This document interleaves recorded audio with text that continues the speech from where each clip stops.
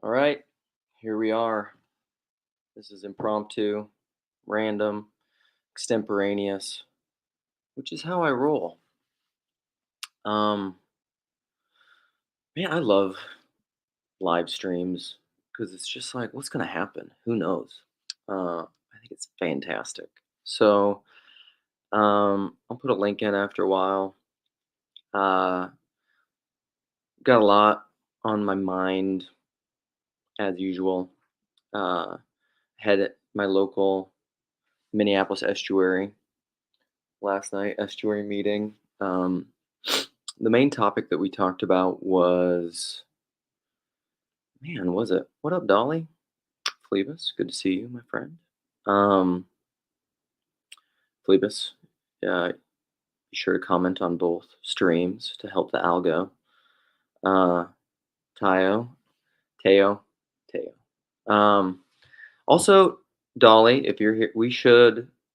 I think I left some comments. But I don't know if you checked the comments. You should email me through my YouTube about section, and we should connect and have a conversation about Mosaic Vision. Maybe Tayo would want to come be part of it. But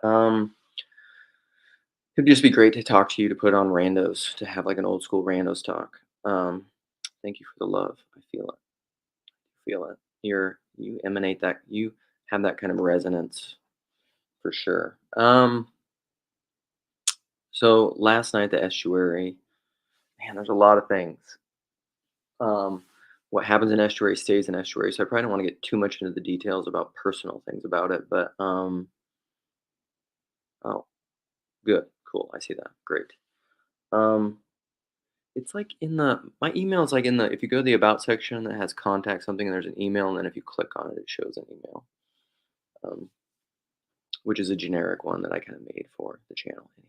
So estuary, it was we ended up talking about the Minneapolis estuary potentially having a conference. What is the nature of a conference? Some people have been to a lot of good conferences, some have been to bad conferences. What is the goal of a conference? Something that we've been talking about increasingly is what is the goal of estuary? Because um, having estuaries, the whole estuary phenomenon is interesting, right? Because there's all these concentric spheres of nestedness, of layers of knowledge, experience, uh, and relationality related to this little corner of the internet, right? um, there are people. There are people I know like me because like I was really early. I'm one of the OG randos. Helped start Randos United. So there's like a lot of people you could say length of time involved, level of involvement. Like, have you been a lurker in the little corner or have you been an active participant? So like I've been an active participant in the little corner for a very long time. I got the link to, or I got in the algorithm, it popped up Paul Vanderklay's first video about Jordan Peterson, watched it, and I've been watching him and involved ever since. Started having randos conversation. Like Julian and Job were probably before me. There's like a few people that are before me, but like I've known all those people intimately now for like 5 years. Uh, and then different people have come in along the way, and it's become what it is. And so, like an estuary, to circle back to that, when you have an estuary group and people come into it, what is their level of familiarity with this little corner? So, like, there are people in our estuary who uh, have come in through a knowledge of Paul Vanderklay in the little corner, and they have varying levels of experience and familiarity with the little corner. Hanselman's been around a long time. I don't know how long. I don't know how early he was. If he was super early. Some people have come and gone. Uh, the OGs kind of predate the Bridges of Meaning. Anyhow, um, and then there are people who don't have any familiarity with the little corner. They're they maybe see the meetup and they come in, and then a lot of people have familiarity with Jordan Peterson. It would almost be like if somebody doesn't have any familiarity with Jordan Peterson, it's just be like, what are you? That would be strange. But broadly, I would say it's people that are anyone who's going to want to come to estuary is some degree. This gets in the loneliness part of my mosaic vision title that I posted. Um, People are lonely. It's the intimacy crisis. It's the meaning crisis. It's the um, loss of community, the loss of institution, the loss of um, somewhat. It's the religious deconstruction, but there's a lot of factors that go into this, and so then so then you have this varying. There's some commonality there, but then trying to figure out what that commonality is, and then what the goals of that group are tough. And so then if you want to have like a conference about your estuary, what's the goal of the conference? Is the goal of the conference to scale the group, to promote the group? Is it marketing? That's part of it. Is it something that you want to expand? And so, like, a good conference to me, one of my friends from the retreat who I've met, or sorry, my brain jumps ahead of my mouth. I'm often thinking ahead of my head, which is one of my Lukeisms. We're lonely POS. We are not POS, but we are lonely sometimes. POS might be part of the loneliness stuff. Um, so this guy who watched some of these things, I don't know. He's not super familiar with this little corner, but he saw the group through Meetup. So he's like a Meetup guy, and um, and so he found the group through Meetup. We have friends that I have people in the estuary who were vaguely familiar with Little Corner, but then I know them personally, and so you invite them to the meetup, and then they're there. And so if you have like a conference, what is this gets into my questions of scale and true communion. I guess this is kind of where I want to go with this live stream, and then I will um, and I'll put the link in because I don't know how much time I'll have this morning. Uh, this is a big disagreement that I have with Jacob, our good friend Jacob Fatarecci, who I would think Jacob, I don't know if you watch this. Jacob, would you call me a friend? I think we'd call each other friends. Although you love to say I don't know what I'm talking about and I'm an idiot. However, interestingly, like this is not to get into a side, but Yosef explained Mosaic vision to Jacob, apparently using Kabbalistic terms. And then Jacob was like, "Oh, well, that's good," and he agrees with me. So Jacob, but this, I don't know, but that gets to my point of personalist knowing that, like, if you need someone to explain things in your own terms that you could accept, that's probably egoic knowing and tribalistic knowing, and not personalist knowing, which I would say is not ultimately the kind of knowing that's rooted in knowing as you are known that Paul talks about in First Corinthians, which is the ultimate, deepest level of knowing, I would say. Um, but that's all garbly goop, I'm sure, to Jacob. Because you can't know what I'm talking about unless you love me. True knowledge is rooted in love, I think, agape. Um, so scale within these groups. So this same buddy that I met through the meetup, he was talking about the difference. See, like I like leave. I start saying something and then I stop and then I move on. But it's all related. It's all part of the mosaic if you can zoom out and track. So this buddy from meetup, he was talking about the difference between a conference and a retreat. And he said retreats tend to be centered in because we were talking about form and the medium and hospitality and laying the space, curating the space for a conference versus a retreat. Retreats tend to be centered in like the woods, the the format, the form tends to be very. It's not just the content, so it's masculine and feminine energies, right? Thanks, Dolly, for tracking me. A retreat tends to be very focused on the feminine, the form, where uh, the context is it. Like it's not just in some cold, austere uh, retreat sent in like a hotel or something like that kind of a place. I don't know what kind of womb. Like I don't have high hopes for the kind of conference that is centered in like a cold corporate like retreat center. But like for example, when I went to this Richard Rohr men's retreat with Illumin, it was in the mountains of North Carolina in the Shenandoah Valley. Like a lot can happen there. You go out wandering in nature. Like that's a very different thing from a conference. So yes, did they have intellectual presentations?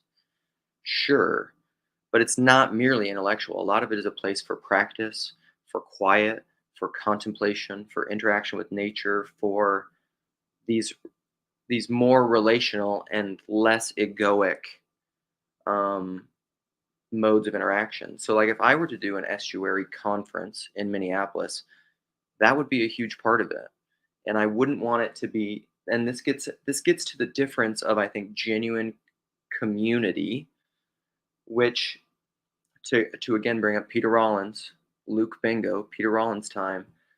Peter Rollins would describe the difference between. Uh, I think he distinguishes communion and is it communion and community?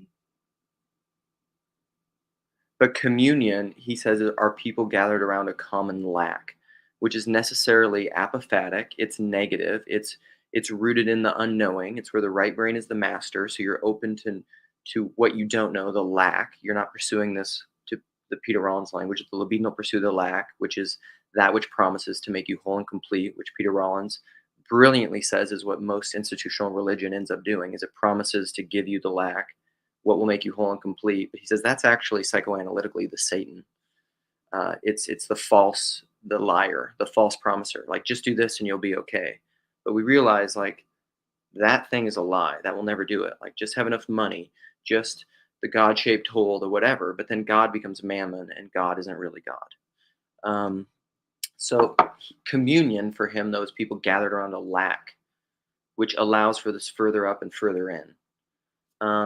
And But community, often modern community, but I would say, to rip off my title, fundamentalism. This is where fundamentalism and groupthink comes to bring in Orwell. And fundamentalism is it's people gathered around a set of ideas, this bounded set of ideas. It's actually what my critique of confessionalism, because it doesn't allow for the unknowing. It doesn't allow for the lack. It hasn't sacramentalized the dissenter, the sacred heretic, perhaps. And so you never have, and anytime you systematize something to make it work at scale so that you can promulgate it at scale, which is what factories and machines do and modern technology does. This is why people get into fundamentalism and groupthink. I was actually just watching Paul's video this morning.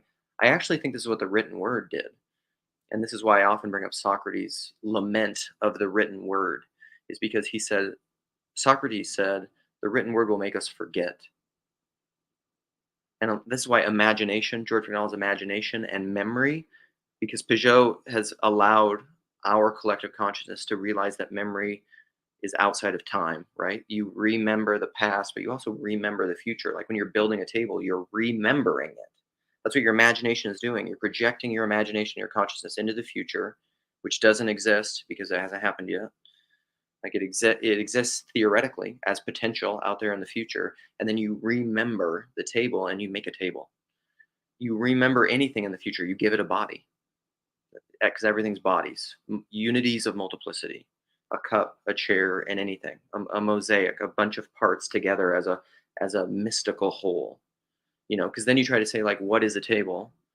What is a chair? And it starts to get hard to define these things, right? Because like you ultimately get down to its essence, and the essence is incommunicable, at least in an articulable way. It doesn't work like that. So Samuel Johnson, one of my favorite quotes: memory is the purveyor of reason. You can't actually reason without memory. Memory sets the table for reason. You wouldn't know what anything is. Like 2 plus 2 equals 4. Well, if you don't remember what 2 is, if you don't remember what plus is, if you don't know what any of that stuff is, like say you have amnesia and you forget math, you forget all that stuff, like you don't have any memory to do logic. Logic is subject to memory. Um, so, uh, where was I at before I went on that long memory riff? Somebody help me out. Like Sam, his subtitle and things like Luke's emotional regulation system. I need Luke's keep Luke on track comments. All right. So that to me that is fundamentalism. Like if you this is one more thing I'll say and then I want to put the link out. So this is why I love Chad. This came up in Estuary last night. and the God of your understanding. Once people realize, when people get to the place where they realize that all you ever have is the God of your own understanding, and all you ever have in any regard, not about God, but a cup or, Barfield talks about this because he talks about collective representations, but he also, there is a collective component to it, but like your understanding of anything is only ever yours. That's all it can be. It can be harmonious with other people's understanding, but there isn't some kind of definitional understanding of God. This is the myth that has come to us in the form of the written word is we think we can have definitional understandings of things that aren't contingent and dependent upon our own understanding. Because that's what fundamentalism is. I can't speak.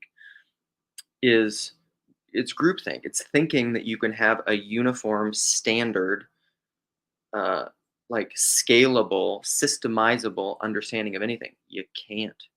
You can't do that. It will never ever work because it's always going to be different because the essence of the thing is incommunicable of anything. It's like try to.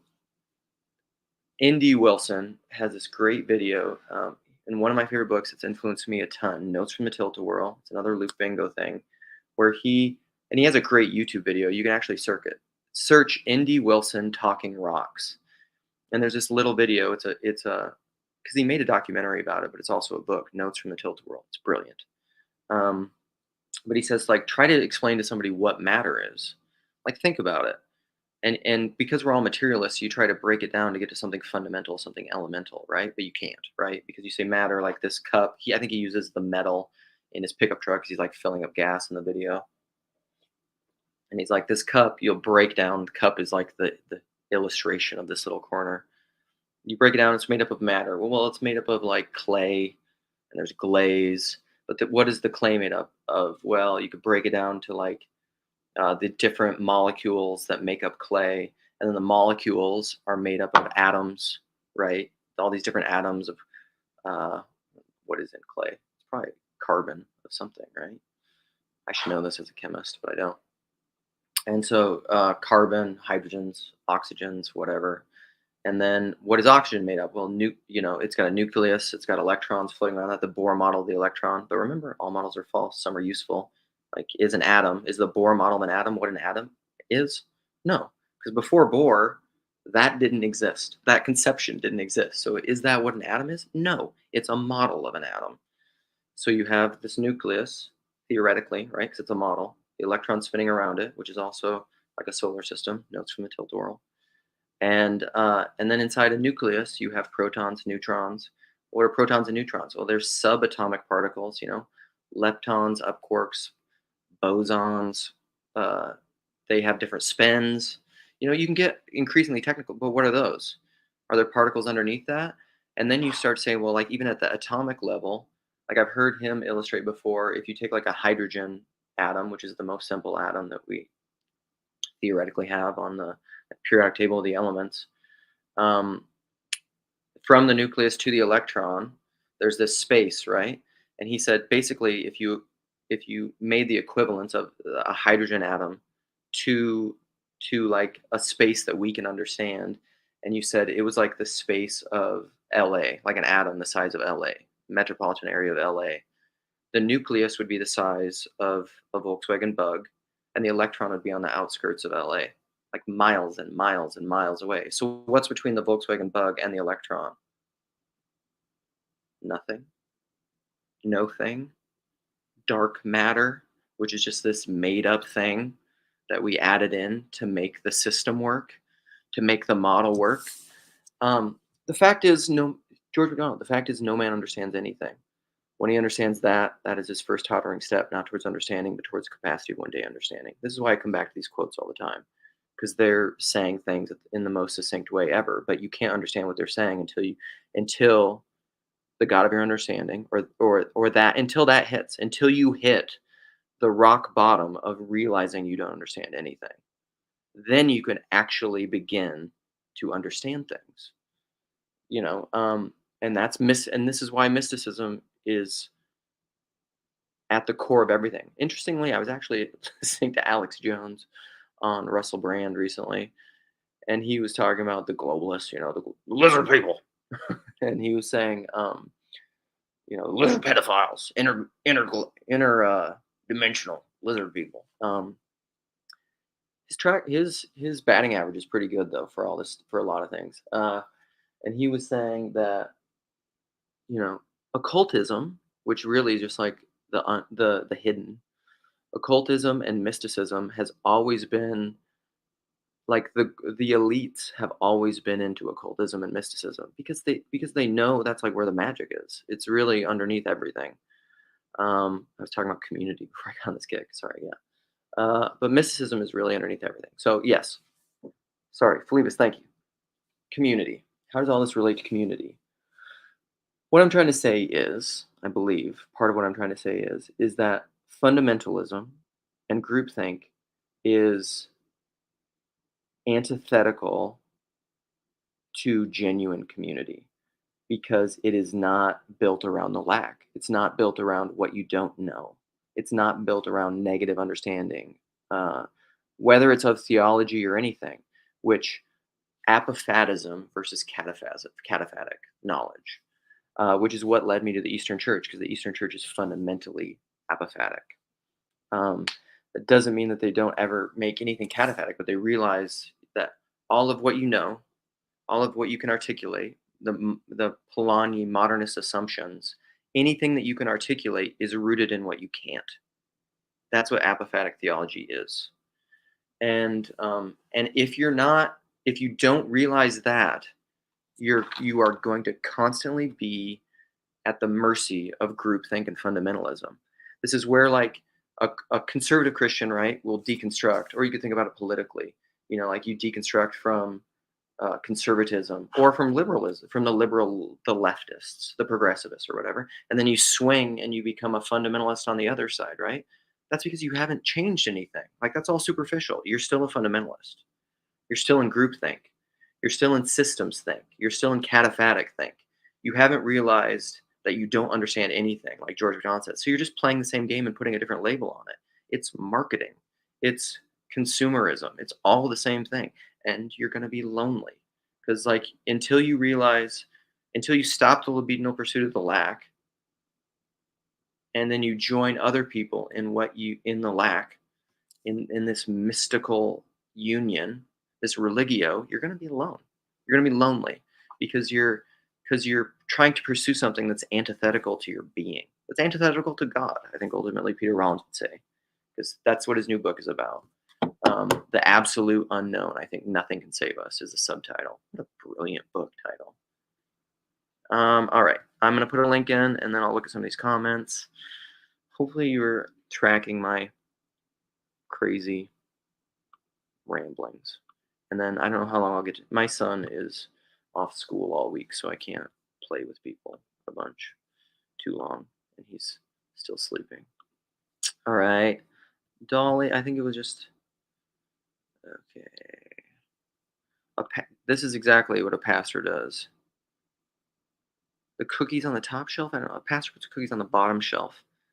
Well, a pastor tries to integrate what the mystics and the shamans do. Like I remember at one point I used to say that there's three different kinds of thinkers. There's like the mystics, the shamans, the prophets, the poets that are reaching out into the mystical unknown, and then they're just saying things in this ir- irre- uh, irreplicable way, um, a fundamentally personal way. Like it's something that AI is never going to be able to copy. I don't think 'cause they're artists, and it's weird. They're tapping into the dream, the ineffable, and they're bringing it down and just saying it. However that comes. What pastors, I think, and high level integrators. So there's like the mystics, the shamans, the poets, and then there are integrators. I think people that can see a little bit what the poets are getting at, and then they try to chew it up. Okay, we got some folks, and they try to chew it up and regurgitate it to the lower levels. And this isn't some weird hierarchy. I don't where like it's better or worse. It just is what it is. It's like a mama bird chewing up the food for the baby birds. Like here, let me give this to you in a way that you can have it and digest it. Um, and then there are like the regurgitators, like the group thinkers, the people that And again, this isn't better or worse. Like, these people make the world go round. It's fine. They're just not academics, you know? And ancient people used to know this. Like, we didn't used to think like higher education was for everyone. Like, the humanities were for the people that were wired toward doing humanities. Like, those were the people that went to college in the old days. Like, most people probably really need like an 8th grade education. Is my mic working? Huh? Yes. Mic working? Yep. You just skipped right over those interdimensional shapeshifters. I did. Well, I yeah. had to hop in just to say that. Interdimensional shapeshifters. But if we're talking about spirits, and if bodies are vessels for spirits, including our individual bodies and then bodies, larger bodies, it's like interdimensional shapeshifter, aka spirit. Yeah, totally. You know what I mean? Totally. It's like I listened to both parts of Alex Jones talking to. It's just funny. Like, we are basically living in that hideous strength.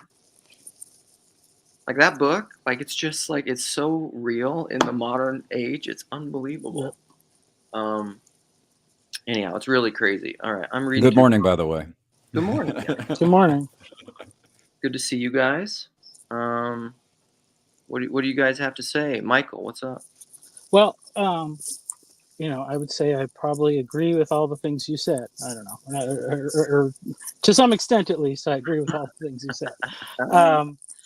Because it's funny because like when it comes to kind of these conversations about like institutions and traditions and things like that, like I can really see like I can understand like the Jacobs, where he's coming from and all that stuff, but in what regard? Like that, like like there are purposes for these things, but there's a limit to how useful they are, which is the scale. And at what point? And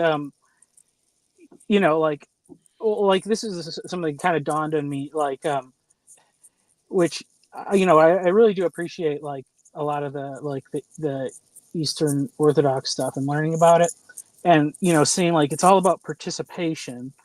But then I realized like there's one area that you're not allowed to participate in, which is the creative design of the liturgy. You can't change the liturgy, like which is the difference of like evangelical churches, like modern evangelical churches. That's what they're changing all the time, So, did you just throw down the gauntlet? No, Protestant versus Eastern Orthodoxy. Well, no, I'm just saying like, it's just like, I mean, it's like, hey, I think that's funny. I just wanted to I needed a sound effect, like a Grim Grizz sound effect thing right there. Well, it's just, I mean, I'm always bothered by the one true way isms of every group, like, because it basically denies that, like, I don't know, like,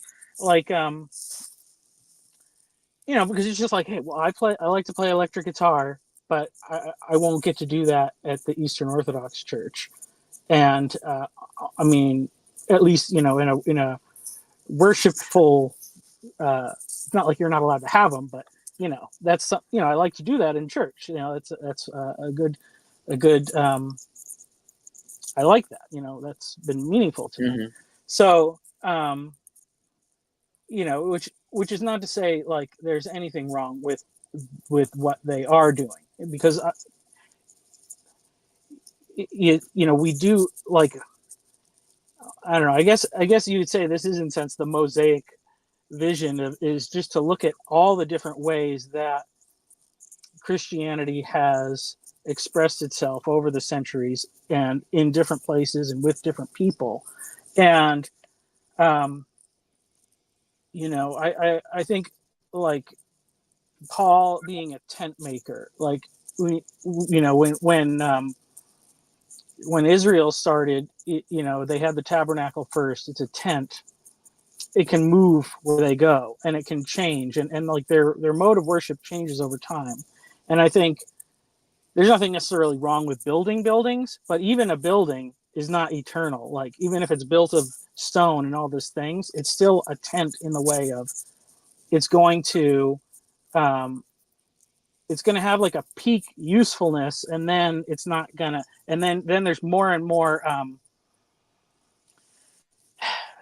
instead of like speaking to the people who are in need, it requires people to go back and learn more and more and more in order to utilize what it does. And I think that that's good to an extent, like, because you should, when you get it, like when somebody first goes to church for the first time or first becomes a Christian, like they don't know anything potentially. And it's good to learn the history of all this stuff, but also like times keep changing, and so it's kind of keeping that balance. Like I don't know, I kind of always like think about I think this was like I was listening to some of what you were talking about the other day, Saturday morning, I guess, where you're talking about like play in like a joint or something, and I was thinking about that like okay, like if you put like a rubber band like on a table and you're really conservative, you can be like, okay, we know the things that will fit inside that rubber band right now as it sits on the table, like those are the true things. Yeah. And it'll be like, well, we're just comfortable with that. We put the rubber band down and we put our truths inside of it. Right. But of course, the rubber band will stretch if you add more things. But then there's also a limit to how much, it can contain, and then it loses its elasticity. So, right. Or a body's the same way, like a human body. You can put and take out certain things. You can put certain things into it. You can take certain things out of it, and the body will continue to maintain its unity. But there are limits to that. Like the American diet. There's only so long you can pump it full of garbage before you're going to just destroy the body. Or there's only so much blood you can take out of it before the body stops working. For sure. So yeah. So yeah, no, and I mean, because I was thinking about this too, because I have a project I'm kind of working on, and I've been trying to not make it an institution in a sense, because I do see, like, well, I think part of this is just like the difference of the internet age, because like if you used to be like, if you had a really good idea, you want to protect your good idea and force everybody to like access your knowledge or your whatever, like through your institution. Like if you want to participate in this institution, you got to pay, you got to subscribe, whatever. But I think that like the internet's just kind of, it's created a lot of insecurity, because like, I mean, like, so, because my idea is about trying to get young men who are pathless to connect with some of these older like tradesmen, learn how to work with your hands, learn how to do stuff, and then just the time of absorbing their wisdom and all that. Like, because like trade secrets is gone. That's not a thing anymore. Like I mean, there might be some, but they are not really probably very useful anymore. Like so depends on if you're OpenAI and have an artificial intelligence. Yeah. Well, but and I mean the thing is yeah, well, I just derailed it. Well, that's cutting edge. But I'm saying, like, as in, like, the trade secrets of tradesmen, like, I don't know, like whoever like first invented like the circular saw or something, like, if they kept that a secret for a while, it's like, wow, they could cut everything way faster than everybody else. But that's a limited kind of usefulness. But I mean, this stuff gets out there, and it doesn't. There's always an insecurity of people to be like, if I give up my secret knowledge, like, what will I be? But then you find out, like, it doesn't matter if it doesn't matter that anybody could like fix stuff in their own home. Like 90% of people still don't want to. They would rather pay you to do it anyway.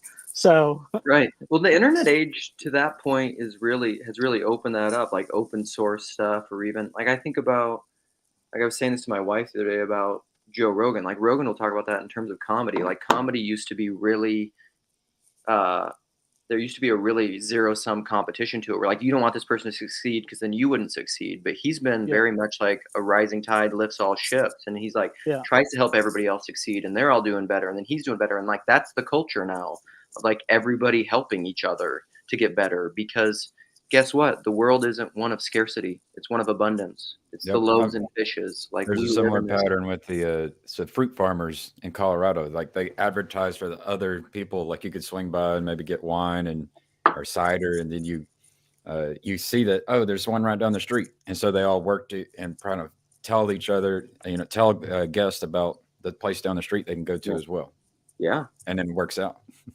Yeah. And I think we also need that probably theologically, instead of sitting in our own. That's a little bit of what this little corner is, right? Theologically Yeah. and philosophically and intellectually, is we are learning different things, and even though, and we need to get to the place where we can. Uh, this is why I like to talk about self-identity and identitarianism, because like you have to get to the place where you, at least if you're going to have intellectual conversations with people that are agapic, I would say you have to get to the place where you can, to some degree, disattach your ego from the places where you self-identify with certain ideas. Like Rogan will talk about not being married to your ideas, and like Peterson says, like in order to think, you have to divide yourself.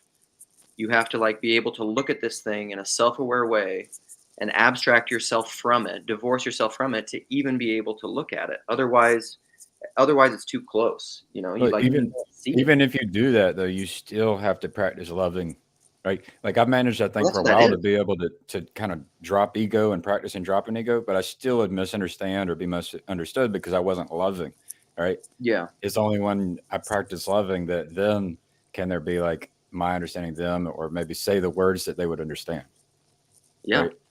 Well, and that's kind of like using. I mean, at some point, you can agape somebody else's words into existence. That's what I was talking about with Jacob and Mosaic vision and Yosef explaining it to him all in like Kabbalistic terms, and then Jacob was like, "Oh, well, like yeah, that's good."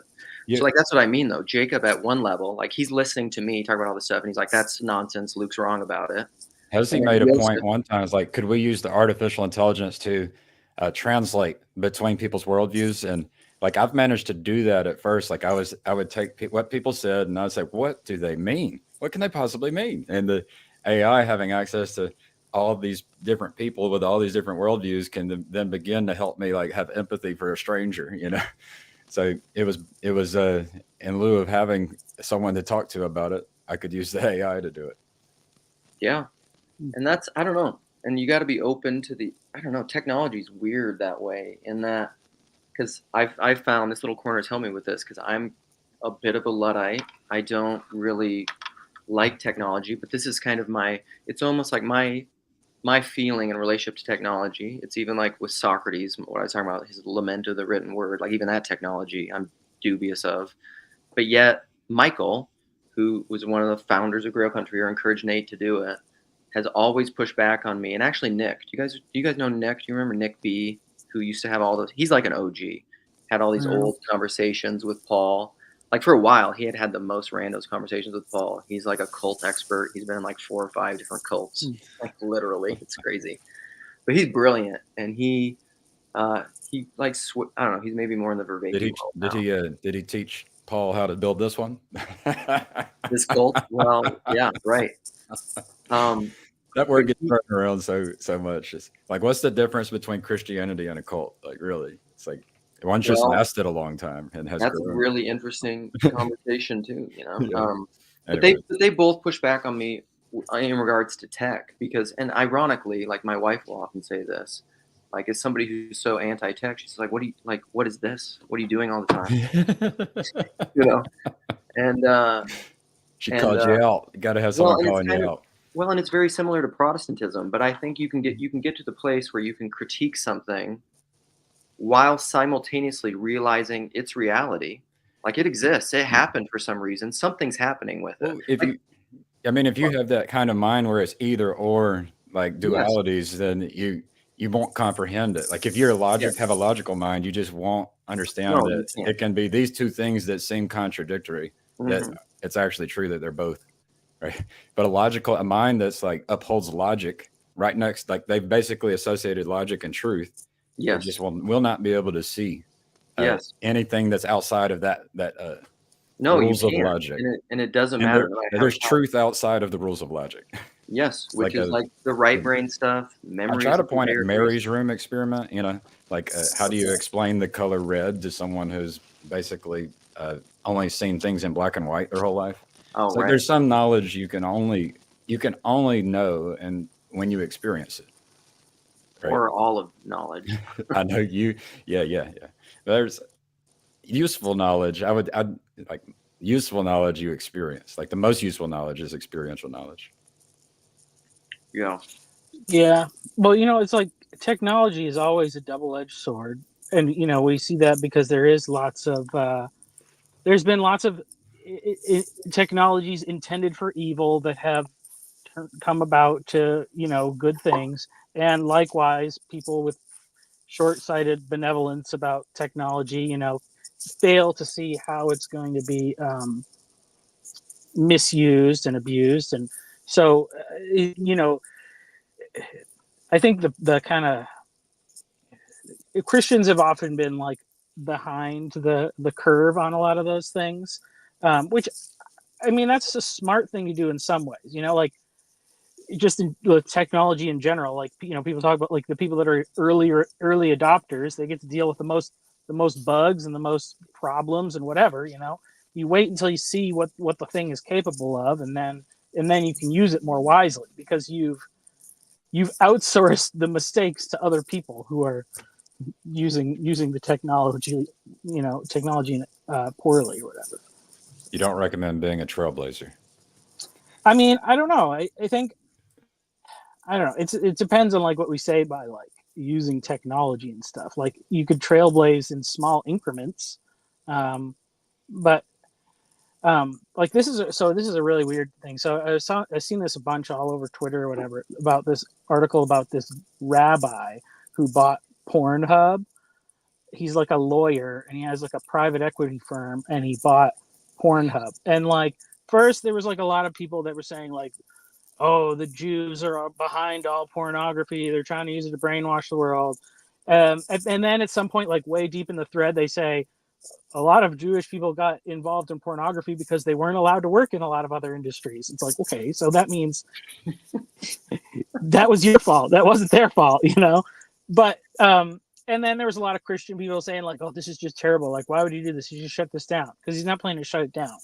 But I was thinking about it. I'm like, okay, if he really is you like, and I think this is kind of like what he's going to get at. It's like they have all this technology, like where they're going to try to make keep like really like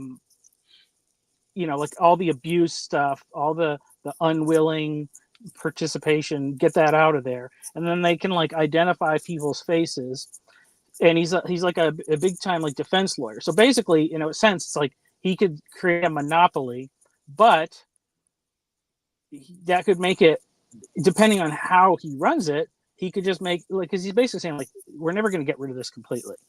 So instead, you make it like, oh, it's such a pain in the butt to try to get porn. I'm not going to bother with it. Like you have to pay a bunch of money. If people try to start up their own thing, they're going to get sued. They're going to be, eliminated. So it's not going to be profitable to start it up or whatever. And it's like, yeah, obviously we would want this to be like eliminated completely. But if that's really impossible, or like if he just bought it and then shut it down, what would happen? It's like people would be like, oh, the biggest porn site is gone. Now it's our turn to start its replacement and make money. So it's kind of like a weird thing because it's like, yeah, I mean, I don't know. It's like you're trafficking in evil in a sense, but he's I don't know if he's trying to like tame the beast or whatever, and then it's what's he going to do with the money? Is he going to use it to advocate for like protection against sex trafficking and stuff like that? It's like it is a double-edged sword, and it's like I don't know. It's just very interesting because I saw a lot of really like basically people thinking about it zero and just saying this is bad. So it's just interesting. Somebody else say something.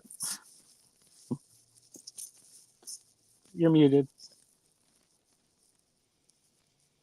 Sorry, I was distracted. What is Slack? Clarius, what's up? Good to see you here. Anselman's even here. Anselman, only say nice things about me. Um,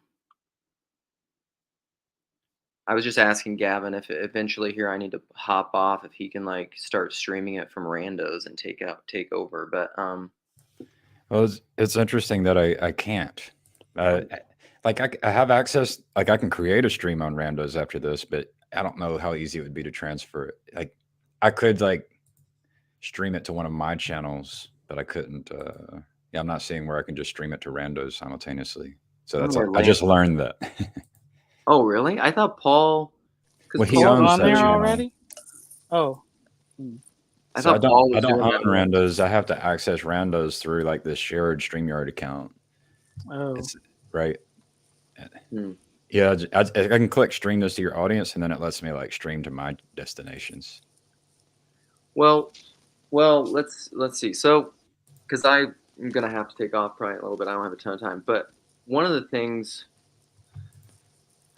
that I wanted to say about this, and I think it's related to the Pornhub thing, although I was only partially paying attention at the end, so maybe I'm misunderstanding what you were saying, Michael. It's a really interesting point. Okay, say it again for me. I don't want to jump away from what you were just He saying. he made a few points, but the one that stuck out to me was like we, people want to try to be pure and try not to like touch these things that are Okay.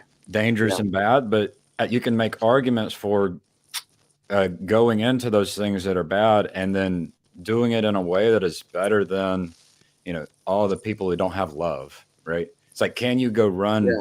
Pornhub with love such that Such an you aren't like allowing the abuse of young prepubescent children, Yeah. right? And you might be receiving that money and then putting it into the community to fight trafficking. But this Yeah. kind of pattern can be applied everywhere, and it's even in like cancer.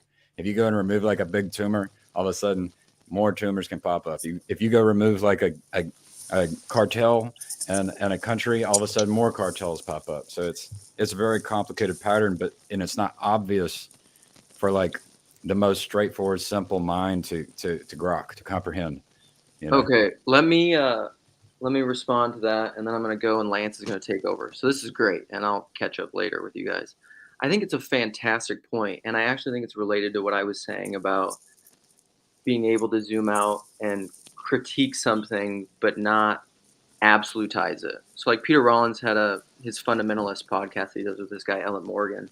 He talked about postmodernism recently and what it is, and it was brilliant. I actually think I wish Jordan Peterson would listen to it, because his false equivalence of like neo-Marxism and postmodernism and actually navigating patterns, our good friend, you also watch it, because their descriptions of postmodernism is spot on, because he says what they're critiquing is this absolutizing of something where you can't see whatever the Tao in it or the Christologic in it, the fact that all identities contain the anti-identity within it.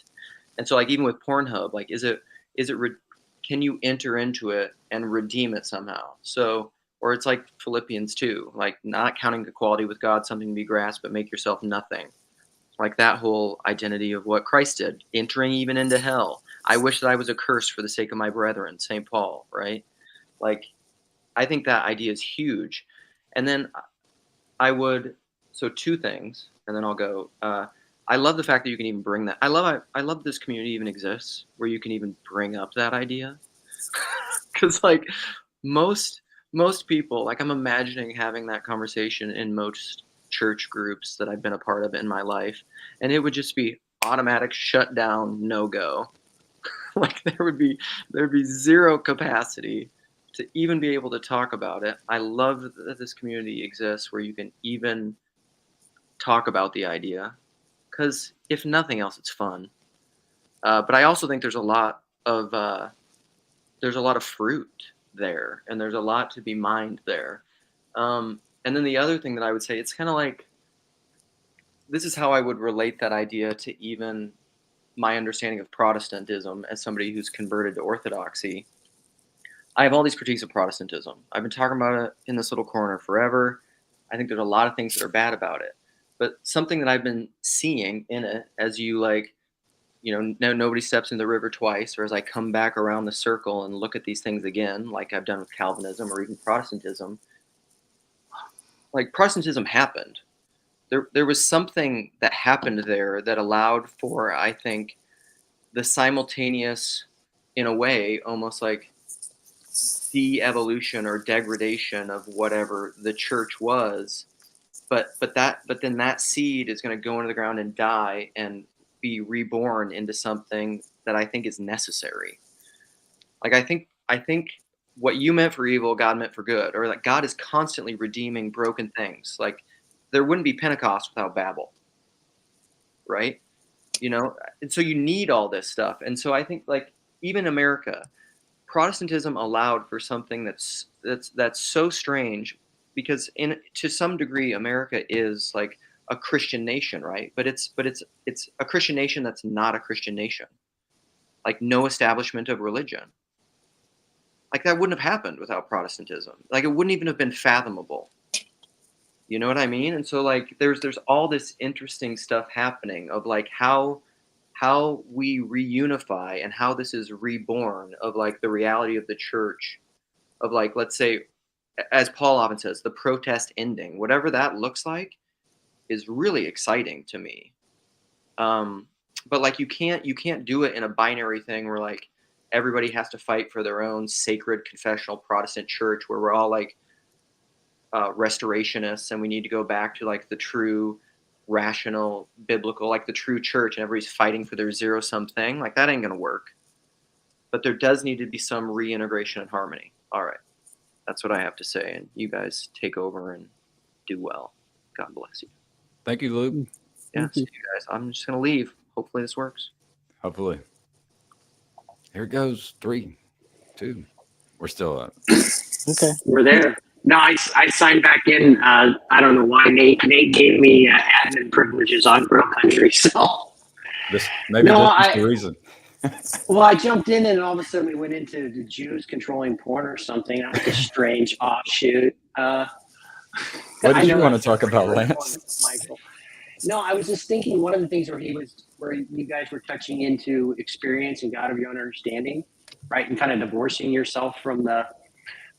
But I wanted to get into I was actually thinking about cults, and you made the comment, Gavin, and I was thinking about too, about Christianity being cult. There certainly are Christian cults, but here's the difference. I've kind of gone through this whole Scientology rabbit trail where you're seeing all these people who've left. It's kind of built this big YouTube community, but then also just watching a bunch of things. Here's one of the differences. It's like in Christianity, you can go out and engage. You can still engage with your family members. You can question thought. You can engage in philosophy. You can engage in the world. You're free to go consume information, have conversations for the most part, right? And so there's too much freedom in Christianity. Is not a cult.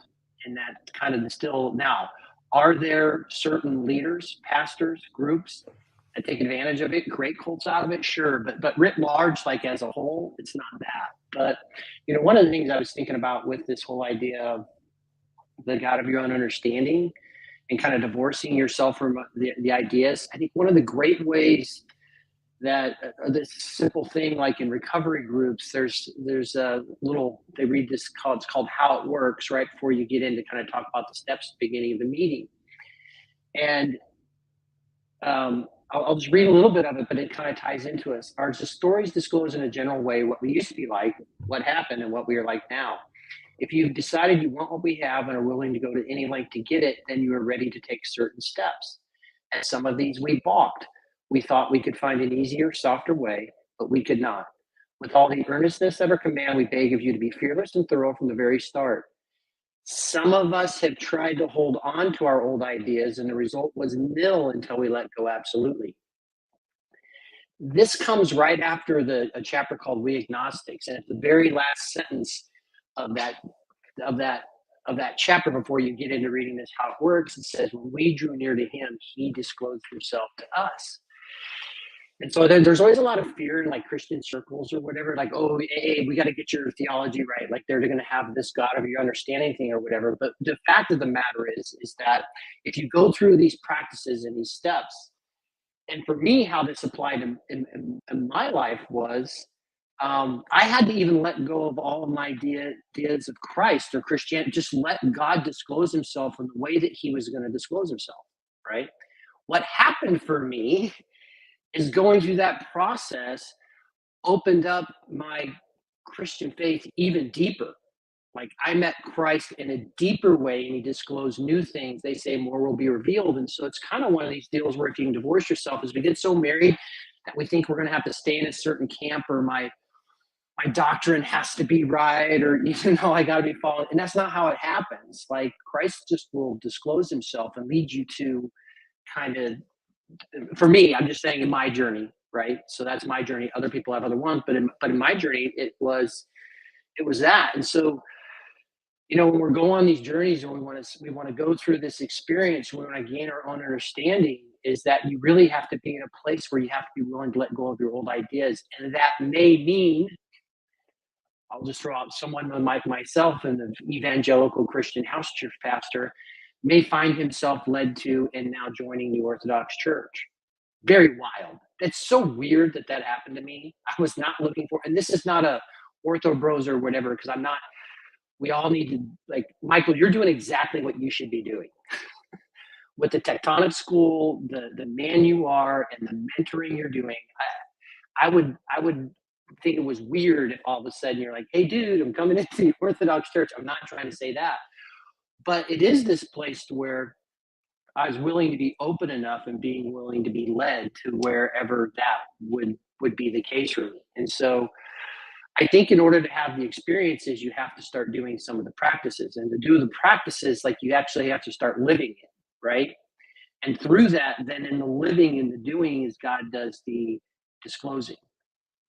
And so I think it's this sense of you have to put things into practice. You have to become an apprentice. Like, you've got to do the things. Like, you can watch YouTube videos about how to build something, or you can actually start trying to start building things and learning. Or you can watch all the YouTube videos how to rebuild an engine, or how about you just get your hands dirty and just go rebuild the engine, because you'll learn a heck of a lot more in that kind of process. And so I think in order to devoid yourself out of the thinky talky things, and I do think when you look at those things, I think one, it is be willing to let go of our old ideas and to learn that which you don't want to learn, and be willing to be surprised, be willing to be changed in some fundamental way. And so anyway, those were, you guys were talking, that was all the stuff that was popping off in my head. I do, it's interesting. I remember reading something not too long ago. It was about like kids who grow up in like a Christian household or whatever.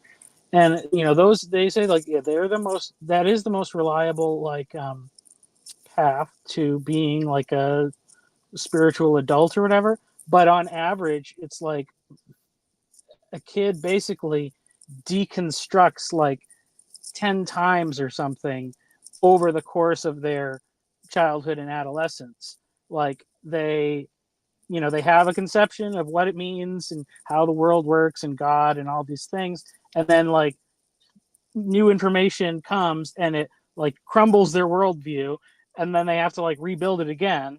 And that's the thing that's supposed to happen. That's the healthy thing that's supposed to happen, because then when you've gone through all those stages or whatever, and you can do this as an adult too. I think it's probably harder, or you have to do it more consciously. But when you've gone through all those stages, then you can talk to somebody and be like, oh, okay, you are the way you are in Christianity 3.0, and I'm at Christianity 6.0, so that's fine. I understand when I was there, and and then you can relate to them or whatever. But yeah, that rigidity of thinking, because what's so funny is I was thinking about this, like, because if you go like like all the like apologetics channels and stuff, and the people that are like it has to be like you have to use reason and rationality and they have all the, like, the historical facts about the Bible and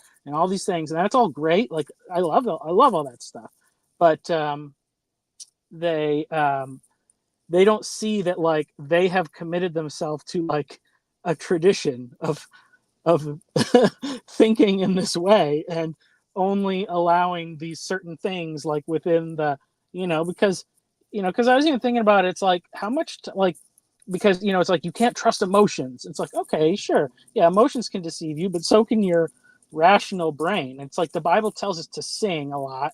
Singing is a way of recalibrating your emotions, like, so you got to let God into all the different parts of your life.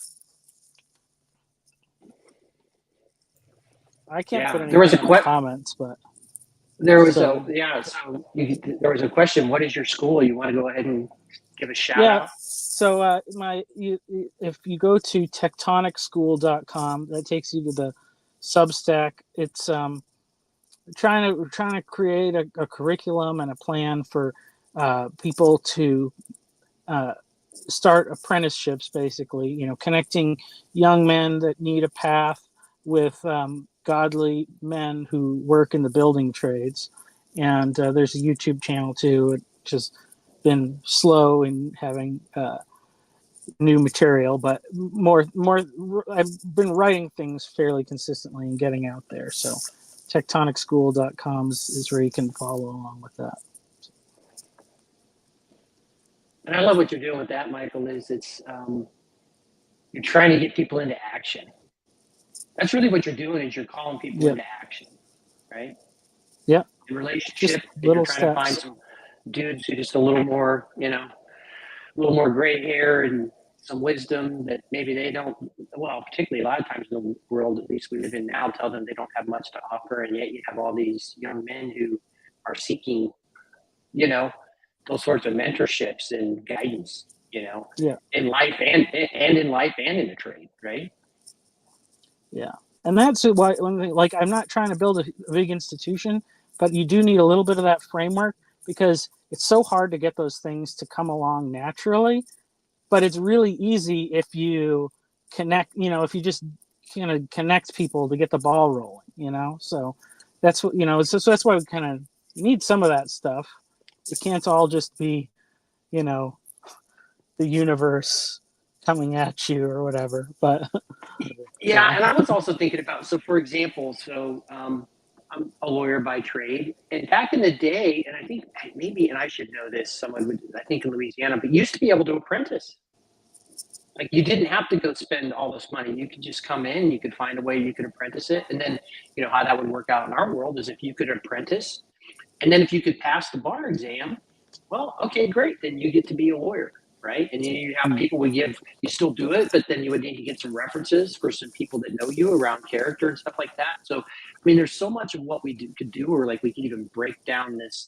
Like we see all the failure of higher education and all the indoctrination and the crazy stuff. And like, I was just thinking there'd be this tying into this idea of experience and action and wisdom and all this other sort of stuff. I was like, this is the dumb things I'm thinking about. I was like, wow, what if we just fired up apprenticeship back in this country again? Mm-hmm. Well, because how many times have you heard somebody say, like, oh, I don't use any of the stuff I learned in college at my job? Like, pretty much everybody says that. So you come in, you still have to learn everything from scratch.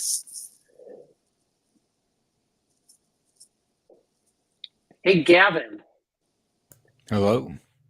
Hello. Hello. I've been gone a little bit, which is interesting. You kind of come in and you participate in these conversations. Like, where would you say you're at on like your journey as you're seeking God, thinking about these things? I don't think you would put yourself I don't think you would necessarily identify as Christian, or where are you at now on your journey? I decided to practice serving Jesus as King on October 12th this year. So Listen to that. But last night I've been at a church a few months before that.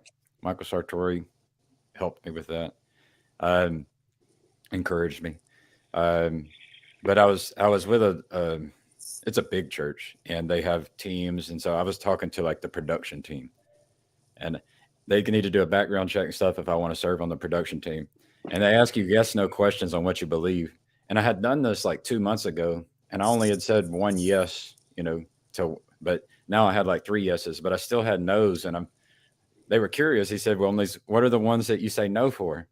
And so they asked, like, do you believe in the virgin birth? I said, like this one. It's like, I want to say maybe, or I don't know, but you want me to say yes or no. and there's that one. But yeah, and then is the Bible inerrant? You know, I don't really want to say, I think Michael said it in scripture. I think it says, God breathed. The scripture is God breathed. But yeah, so they want to ask yes, no questions. Meanwhile, I can feel like peace and love and joy like I've never felt before. And they're wanting me to like say yes to some creed that some guys made. And I've got trust issues. So I'm getting to where I can trust God. I can trust Jesus. But do I need to trust the Council of Nicaea? Do I need to trust the early church fathers? Like, I'm not there yet. Right. So, but yeah, life has been so much better. I've been practicing meeting with my wife regularly, and that was encouraged by Chad. So I've been talking to Chad. That led up to it as well. I talked to him like 4 a.m. Almost most days of the week, and we pray together. And so that happened before that. So I've had a lot of help. It's not something I did on my own, right? But yeah, I had to go from wanting to be king to seeing that Jesus would be the best king, right? Saw that whenever the artificial intelligence, kind of the capabilities of artificial intelligence opened my eyes back in March. And Chad had got me he had said it would be good if it could love people. And I was thinking, well, if we're going to build one, I was thinking we probably should make it look like Jesus. And so that was the first time I'd realized, like, if you're going to pick a God, because I know Paul's been talking about Ali, and she was asked to do some kind of exercise to build her own God of her own. Like, what kind of God would she build? I kind of was led to that because of GPT-4 and Chad mentioning that it would be good if this thing would love people. And I was like, well, maybe we can make this thing, act like Jesus. Supposedly it can be this very super powerful being. They're actually trying to create a God in this world. These, a lot of godless people are trying to create a God. And it's like, man, they better try to create one like Jesus. Like, it'd be good if they actually thought about this. So, I don't know. Man, that's Yeah, you fascinating. have to refer to Oh, Chad anonymously next time you talk about his good deeds. But I mean, Michael answered some questions too. Like, he talked about encouraging people to go to church, and I'm just like, Michael, if you'd never been to church before, you got a child, you got children and a wife. It's like, what's your first step? Like, because how am I supposed to know that I can trust these people with my kids, right? So, I need it very plain and simple about these, basic steps. If you want to go check it out, and then when I go to church, I got to close my eyes because it's all overwhelming. It's like if I'm trying to listen to Michael and then you flash these comments up here, I have a hard time listening to Michael. And so I just get distracted and I have to close my eyes. If I'm in there during a worship service, if I have my eyes open, I start judging people. It's like, oh, they look fake. They look like they're pretending. But if I close my eyes, then I can listen and I feel close to God, So I just have to work with my ability or my disability, however you want to call it. Yeah. But that's where I'm at. Yeah, I wrote that thing, thinking about like potentially if students, came into an apprenticeship program and one of the requirements would be to go to church. Like, what if you've never been to church before? Like, what should you pay attention to? What should you expect? And I think because, a lot of the like more modern things or whatever were reassuring to you. Like, because I mean, assuming they have all the like, security check-ins they have an and all app. that I can stuff. use an app and they print out stickers, and then they check the code on my child sticker with the sticker I have, and if they just an emergency, there'll be a code flash up on a screen during the service. And so that's one thing. It's like, you could debate about like the use of like the smoke machines and things like that, but I mean, I think that's a good technology that has advanced in those areas. I wanted to go and like help write software for them, but they don't have a team for people writing software. I think they actually pay people to build the app. I don't get to like help write software. It's like, that's the team I want to be on. Well, yeah, I don't know those the different companies.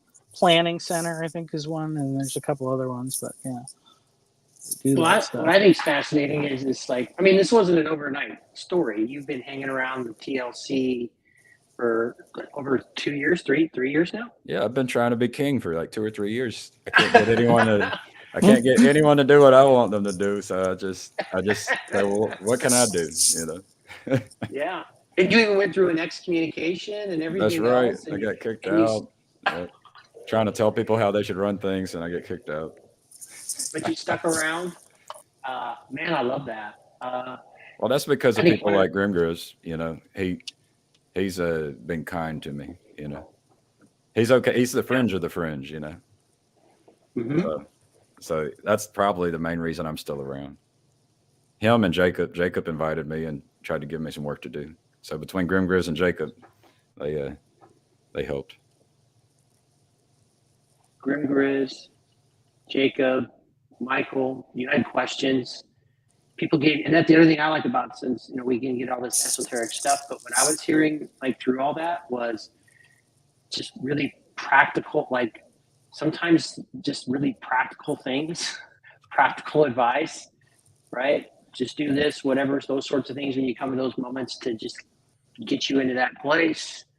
Well, my that kids allows you to- enjoyed it. Like I went the first week, and I'm like, my prayer is that the kids would enjoy it, my wife would enjoy it, and I didn't enjoy it. And I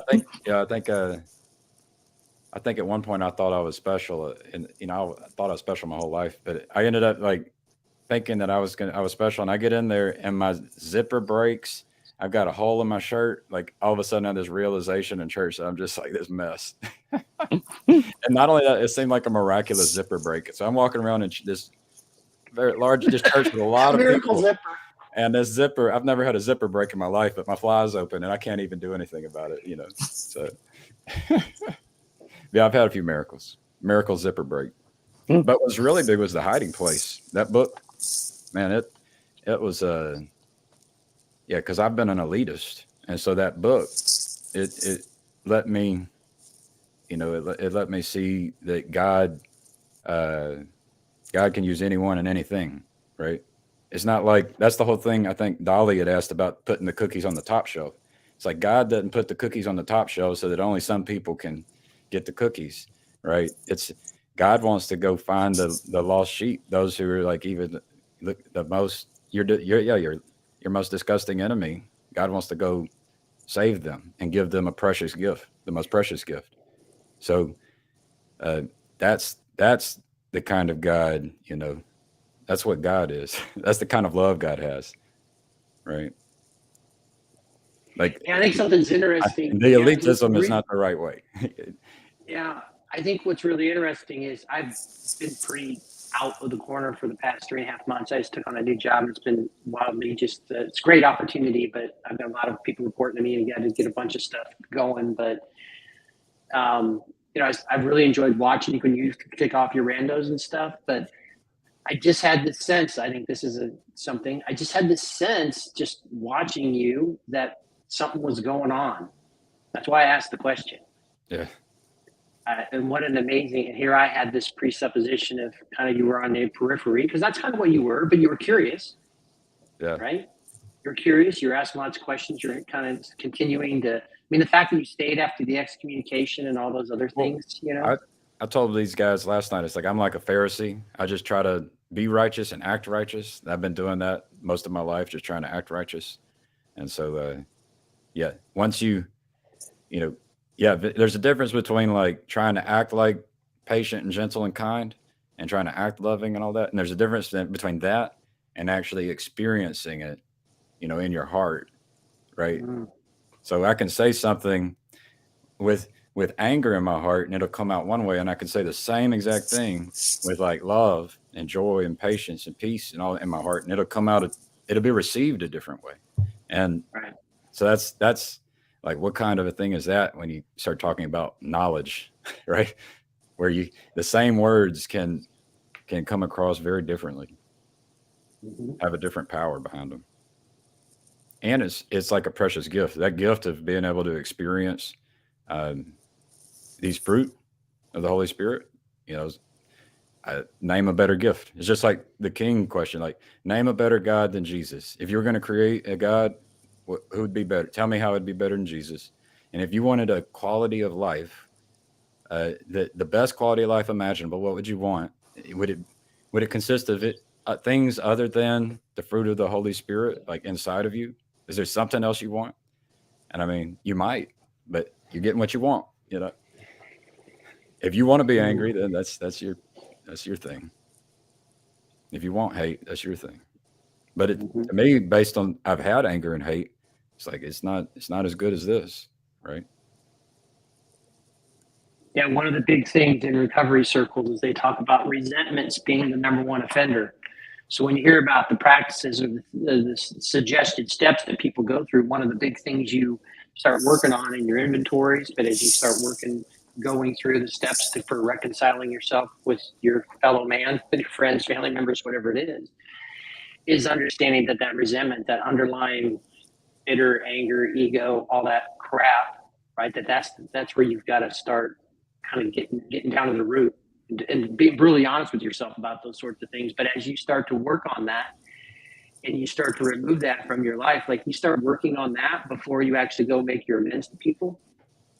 Because when you talk about that anger or whatever, so if you're going to go in to apologize to someone, but you're still having arguments with your head with them and you're ticked off at them and you're angry, you can say you're sorry, but it's not going to come across in the same way to where if you really have worked on it. Sometimes this could take a year or two or more to where you've really gotten rid of that resentment. So you can honestly go in and talk to someone and just own your side of the street on something, even if they've hurt you tremendously. It's like, no, you literally can go in and like you say, the same words have a totally different, it's that human connectedness, right? It's that people can sense that. And everything when you're talking here, one of the things that I could just tell is you keep talking about a change from the inside out. Right. Right. It's it's such a gift to love people, right? And to me, it kind of like was spontaneous. Like I started feeling love. Like I remember, like I created a video and I was going to send it, and then I thought about old Jacob Faccirecci, and my eyes just started bawling. Like I felt so much love for him, and like I've had that happen at work and meetings. Like I'll just have like love just pour through me. It's pretty wild. And then like I had an event like where my boss had said some things, and at first I had some resentment, and then I recognized it, and then I was able to feel that unconditional love for my boss, and it's like, oh, it's like how could he have done any better? Like it's a really good question for people to ask. Is like, what are you expecting? Like, how could it be any better, right? So, yeah, by loving my boss, I'm able to actually like know him better instead of just some delusion in my head based on resentment, jealousy, pride, right? That stuff prevents me from knowing my boss, knowing the person, whoever it is. Mm-hmm. And then it feels great. Like, like it's like it's you can't know it until you experience kind of thing. It's just like that Mary's room experiment, trying to describe the color red to someone who's only ever seen in black and white their whole life. Right. Right. And I just keep adding up in my head. So, people who are listening to this, because a lot of people like get stuck on the outside and they want, like, for example, I think there might be some people here that are listening to you and they're still out there and they go, how did he get through wait a minute, how did he get through the door? Like, right. It seems like something happened to where all of a sudden stuff's opening up to him, right? I was honest about wanting to be the king. Like 20 years ago, I prayed to Jesus. I said, I got this, man. I don't need your help. And then 10 years later, I got enough humility to say, I baptized myself because that's how prideful I am. And then I said, Jesus, if you want to help me, I'll take it. Right. Because I realized it'd be nice to have some help. But eventually I had to say, well, maybe this, like if I'm aiming for, I tell everybody I want peace on earth, which I feel like I found it. I have it right now. I thank God. But the like, if you want peace on earth, how like, who's a better king? Like, if you're gonna have like a king of kings, who's a better king than the one that's gonna love everyone, even your worst enemy? Okay, because anyone can ruin the peace. That broke zipper.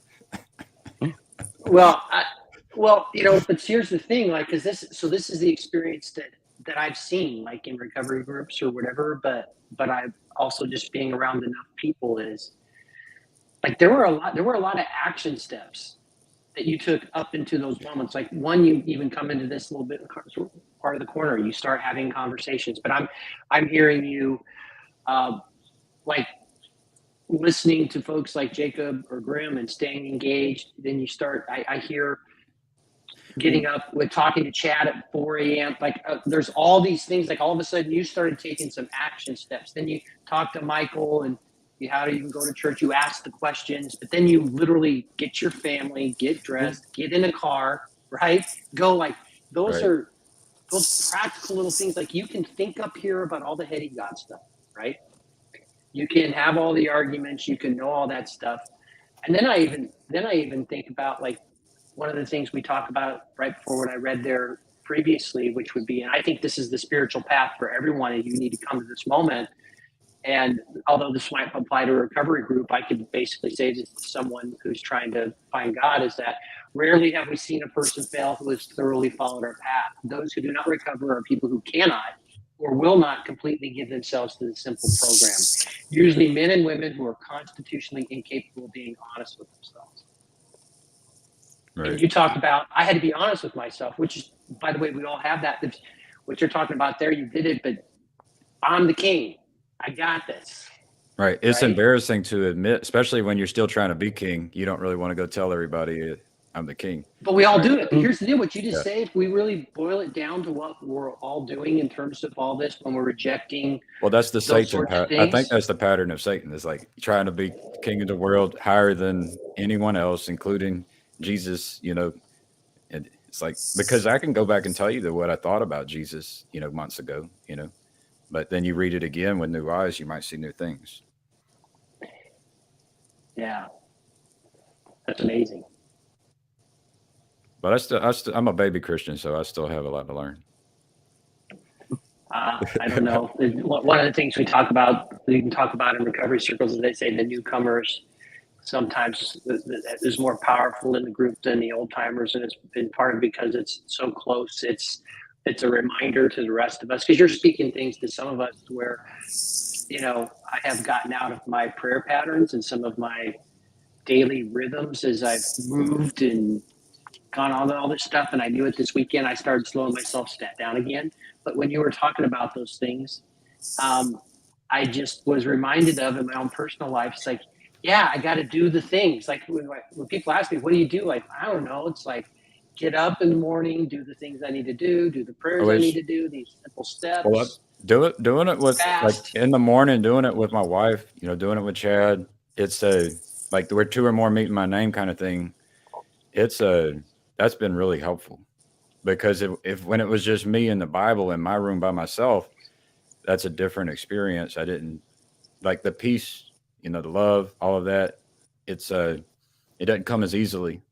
So yeah, it's been really good for my marriage too. There's a few like rocky mornings where we talk about things where there's that we needed to talk about that are uncomfortable. But for the last few weeks, it's been amazing every morning, just being, yeah. And then even my wife, I'll have prayers for my wife, and she's had some experiences too. So we're doing it together.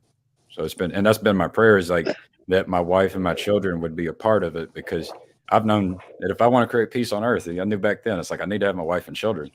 And so like this whole thing, it's been great having my wife with me, doing it with me, right?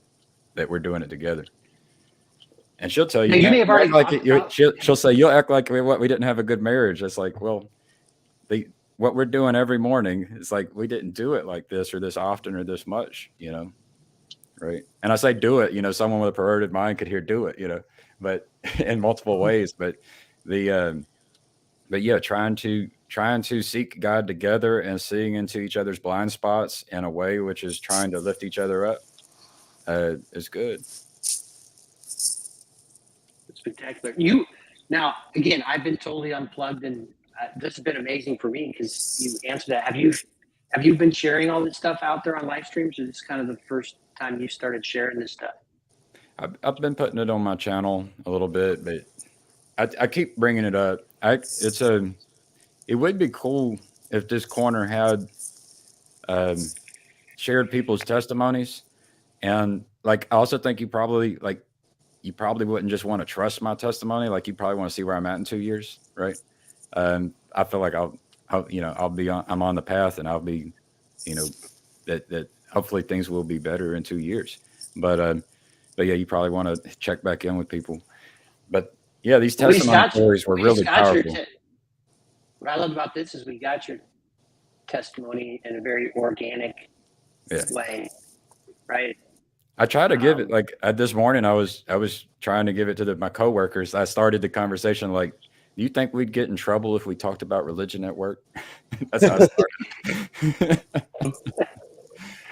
The beautiful thing now is I work for a Christian organization, so I don't have to be afraid of that anymore. although because of my position, I will. Much like Paul being a pastor of the CRC, there's certain things he might want to say, but because of the role, you need to be respectful of certain things. So publicly, I'll probably keep some things a little closer to the vest if I have some issues. But that sounds like wisdom. Hey, Tayo. Hi, Gavin. I can't stay for too long, but I just really wanted to jump on and say just how amazing it is. Firstly, I told you DM'd me to tell me, and I was that literally made my week. And anytime I think about you, there's just a big smile on my face. So thank you for sharing. And I also wanted to say, similarly to how you said, Grim Grizz, Jacob, kept you on the channel. Your testimony has given me more confidence to stay and participate in TLC, because it makes it more real. It's not just talking heads. Like, people are building communities. There are real friendship being formed. So yeah, just want to say thank you, man. You're doing great work. Yeah.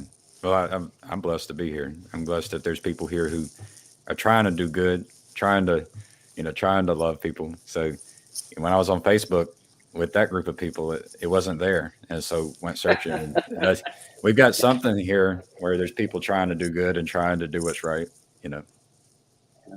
Well, that's the thing I always rail against, and my dear friend Sherry too, is I always bristle when people try and denigrate what's happening in what was happening on the Discord and the conversation and the connections, what's happening here, those of us across the globe, right?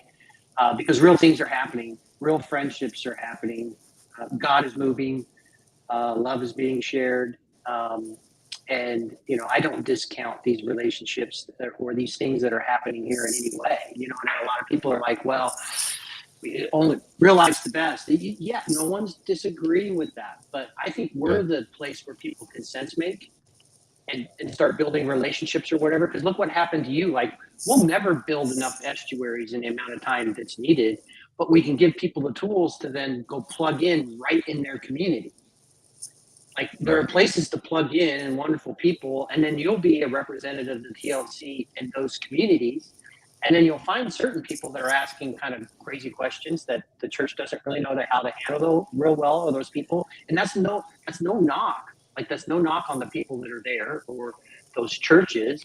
We're a weird lot, and we think about weird things, and we want to have weird conversations. And so then you can bring people, There's no telling of the ripple effects, like when you are able to express love, like incarnate God into the world with love. Like, there's no telling how far that reaches you, and there's no telling how much good it can do. So yeah, I think similarly to what Michael brought up regarding Pornhub, and Luke was commenting on it, this redemption. I'm a little bit like Luke in terms of I'm scared of all of this, like the internet, technology. A lot of it's just scary. But I think there is redemption happening. There is a glimmer, a light just flickering in this little corner, and I think it should be protected. It's worth. And just to add to what you're saying, Lance, there is a there is real friendship being formed even online. I was dubious of that for most of, but I've made really good friends in this school now. People that you were saying earlier that you thought about Jacob and just like welled up. I've got that feeling with so many people in this school now that it has to be real, and it's all online. So we can make this online thing work best we can. Yeah, the internet is a technology that, whatever its original intent was, for evil or just to make money or for whatever, like, it's here now, and there's a lot of, good things that are coming from it. A lot of lies are being dispelled, and a lot of people are connecting, and a lot of good stuff. So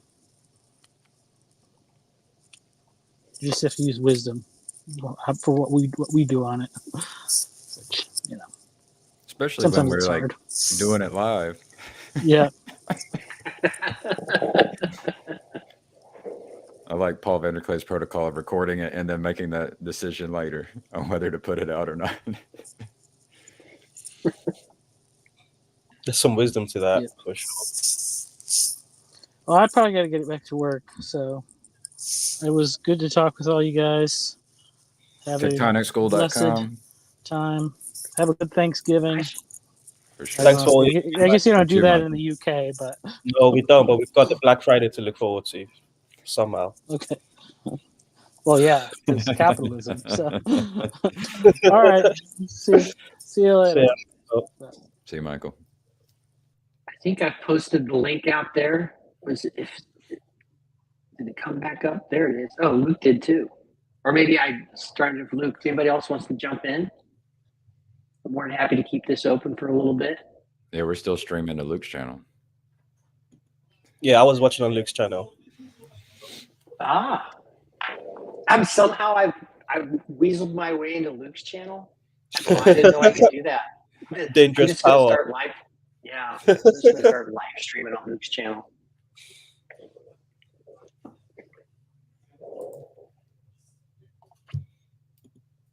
I haven't. So you just got comments. to see PDK a couple weeks ago, huh, Tay? Yes, that was a crazy week. A lot of fun though. It's always strange whenever I get to meet Paul in person. I've consumed an unhealthy amount of videos that he's put out, and it's An unhealthy amount. It's definitely an unhealthy amount. I think at some point I had the mission of watching all the videos, but I didn't quite have the stamina for it.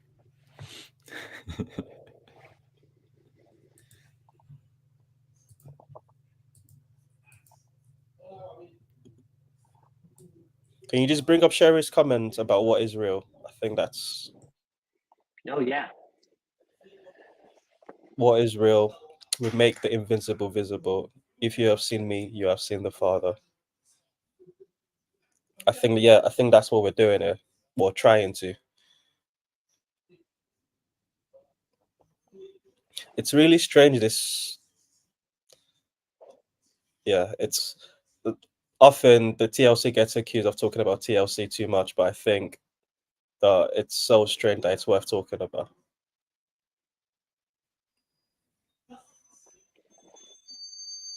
What else are we going to do? Go watch some football or some football? Yes, we should. Yes. And by football, I hope you mean the sports where you kick the ball with your foot for most of the game, rather than the American rugby. It would be fun to play with you, Taya. American rugby. I wish you were there at the camp Hanachino camp.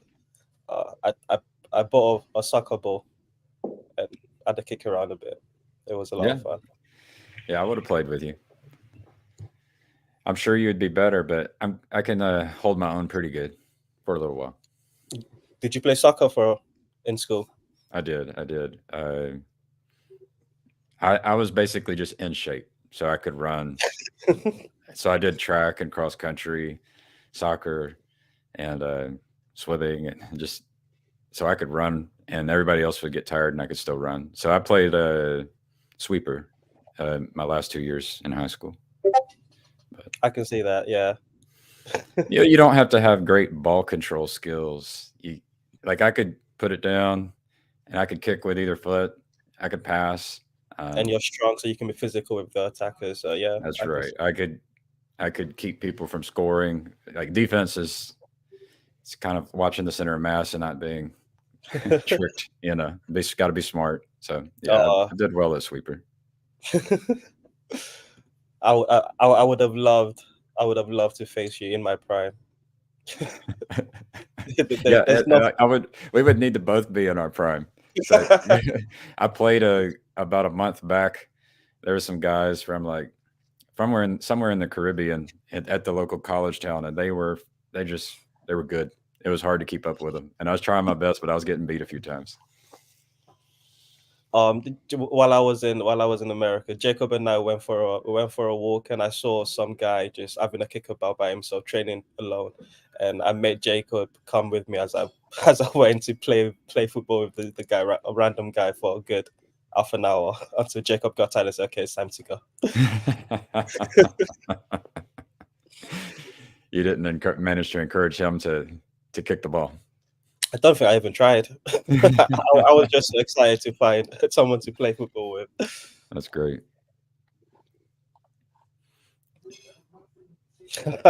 Yes. That's Chad must be working where he can't join in. We need Chad to join. Yes. Yeah, and for all of you that are tuning in for regular Grail Country and Luke Thompson commentary, we apologize for the lack of the esoteric conversations that aren't happening. We're missing our way from the Mosaic vision, and we're kind of just sorry. I apologize. This is a bad departure. I think worthy. Luke says a lot of good stuff, but I don't. Anytime he tries to make a reference to literature, I'll miss it. But if he just makes a reference to the points he's trying to make, I'll catch it. But I don't know how accessible it is. A lot of this stuff, I don't know how accessible it is. The thing I love about Luke and the way he presents is he throws so much out there that there's always something for me to grab. And then if you can grab onto one thing, you can usually sort of say, okay, things sort of fall into the Mosaic vision. That's the right word for it. But you just have to find one thing. That makes sense. And then, all right, things sort of fall into place. Can you do the mosaic? Look at the words and then piece something together from those words that Luke has. The person that's amazing at it is Dalish. She's so quick with it. She sees so many things at the same time and just throws a lot. Like, oh, but yeah, I'm not quite at their level.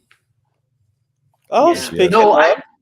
There we go, Dali. So here's the thing: like I've been listening to Luke. Hi, I've been listening to Luke a lot, and one of the things with him is like I have learned a ton from Luke, and Luke he synthesizes down to these words, and there's a lot under those, and so a lot of us are probably intuitives, so Myers-Briggs intuitives. So you have to be able to piece these little things together, and if you don't grab something in the beginning, just stay up there with him, and you kind of jump around with him. So. No, I think Luke's extremely valuable, and the thing is, I bet it's that thing's always going. Like, yeah. But he does, like he's lived in a lot of our worlds, and so thought about those and everything else. So he has he does. I give him heck about it. He has a lot to offer, and if you take those things, I'm constantly mapping out those things that he's talking about. And then I always I put simple man. I always try to take those things, and like my wife and I were talking about one of the things. So I've been going to the Orthodox Church for over 3 years now, right? And so the first thing that happened is I started reading these things after I kind of came to this little corner, and Sherry asked me this question, kind of challenged me on penal substitutionary atonement, and then I started reading some patristics. Within a month, what I realized is this was the words I used. I want to go see if it works. Because that's my practical program of action. I want to see if this works. So I went down to the closest church, and luckily I lived in the city, so it's 5 minutes away. And I wanted to see if it worked. I wanted to put myself in the middle of the liturgy, and I wanted to see what it was about.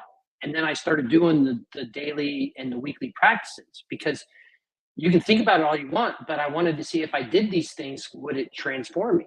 Like, would it work?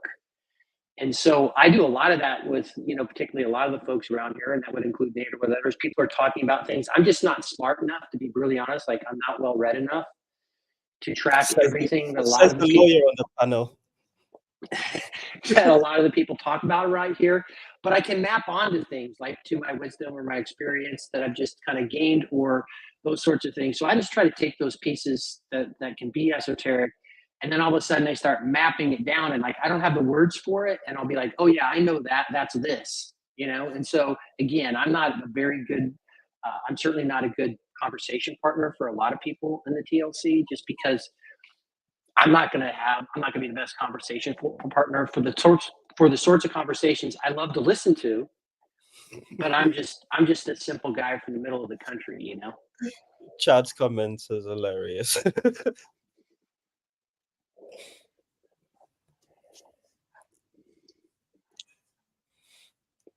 Hi, Dali. Hello, fancy seeing you here. I know you guys are talking about Luke at some point. Just sending love, Luke. I sent you an email, so there you go. It's done and dusted. Can't You wait get to it, talk. Dolly. Luke, the affirmation, like you don't know this, you are speaking his language right now. If you have some more affirmations you'd like to give Luke, let's let him fly. No, I don't know. I've got to be careful because I might fall down. Like it's just When Luke starts, it's like something starts to happen inside of my brain, and things just sort of like come in sync, and it's nothing. There's almost nothing to do with me, or like heaven meeting earth, Lance. Oh, sorry. Why did he go? Oh, okay, I'll catch up with him later. But just there's something, some kind of energy or some kind of connection that gets made, and just parts of my brain that perhaps I'm not utilizing, or at least that I'm not as able to utilize on my own, sort of get activated, and I just get this access to something, and just as he's talking, it's like I'm able to track, but also my brain is also running on some kind of other track, and then things converge. And it's like a piece comes like in between certain spaces with that I just like sort of pause, and I'm like, oh, and it's like, I don't know, it's hard to articulate as well, but I just want to encourage you, Luke, just to keep going, because, and then also at the other side, like there's some things that I feel that I can recognize, but it's not really spoken. And I just think we have a lot in common, and it's, you inspire me. And I love it when I feel like I can just understand, even if it's just a little bit of somebody or something that they're talking about, without trying or putting pressure on myself to go and try and figure it out and try and get knowledge and try and put things together so that I can perhaps keep up. So Luke, thank you very much. You give me a sense of peace there, and you're also very inspiring. And I mean, I can go on, and then I'm going to be all blurty and blurby and stuff like that, but you guys are all amazing. So anyhow, No, Gavin, well, apparently I missed an amazing testimony, but I'll go watch it later.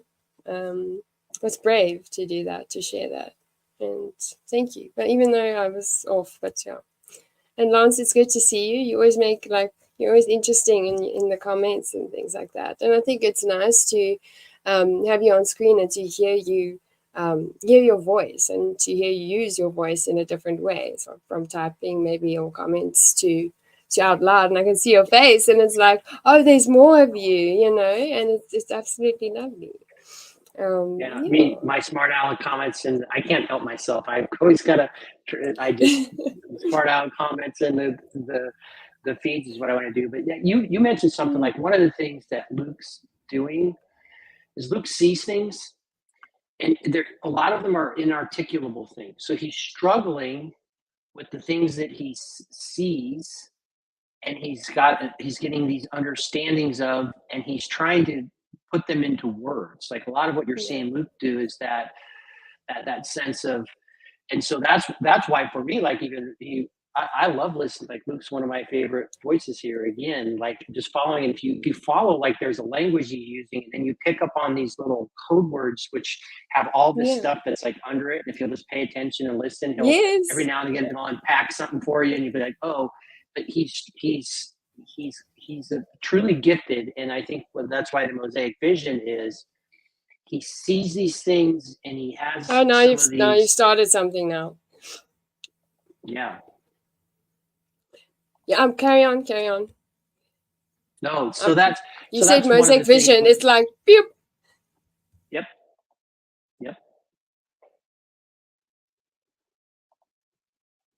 I Sherry's muted out there. myself She so must I be can working. listen. I want to encourage you to Oh, go carry ahead. on. You I said talked way too much. you said the words Mosaic vision, and now you got to carry on. You got to just go with it.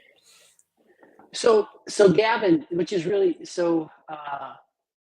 I think this is hey, we're on Luke's channel or whatever. So Luke, in here so we came on to this. We're going to talk about scale hierarchy, healthy bodies, estuary, domicide, loneliness, fundamentalism / groupthink. So that's what was on his mind as he launched this stream. Like as you've watched Luke and listened to Luke over the years, like, and how you process information, like what has that been like for you? I'm just looking at these words, trying to see the pattern between them, because when there's a pattern that goes all the way through all of existence, it's hard to talk about it. Like you have to actually, like, I guess that's where the you can tell story, right? And you can try to tell a couple of stories that point at the pattern. Cosmological burrito. I know about the cosmological burrito.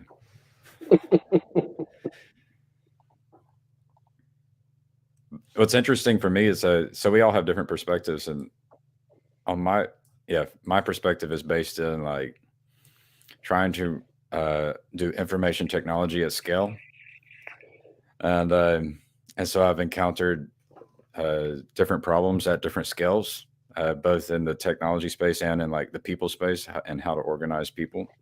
And so all this stuff is like, I know it's really important. But yeah, the one that, I guess the one that hits me is this domicide, loneliness, groupthink 3. Yeah. And Luke has this tendency to want to be cautious about technology. And he was pointing at, I forget who. The idea was that when the written word it was dangerous. That was the idea. I'm speaking in my own words, which he would approve of, I think. Right. But yeah, there's these trade-offs with our technologies. And so, yeah, where we're at in the world today, it's connected to the technologies. It'd be nice to be able to integrate it all. So my mind wants to solve problems, right? So there's the part about describing what it is, where we're at. And then there's the part where it's like, well, what can you do about it? My mind just runs off into the imagination of options for dealing with things. But and then there's some problems that are just hard to solve. But this, yeah, I think it gets really simple when you can find somebody and that will practice loving you, and you will practice loving them, and you can do that with each other in the immediate, like non-mediated reality, right? And I think people can do that with a pet as well. Better than being by yourself. But yeah, there's going to need humility throughout it all. But that's where I see all these things, and my mind sees things like that. It starts to become, it's an engineer, my mind is a problem solving engineer, and sees these things as there's a truth behind it all. It's everywhere. And then we can behave in ways which are going to result in pain and suffering, continued pain and suffering, or increased pain and suffering. And got to eventually decide on what you want. Do you want? Yeah, and I think I'm always a practical person. So I mean, if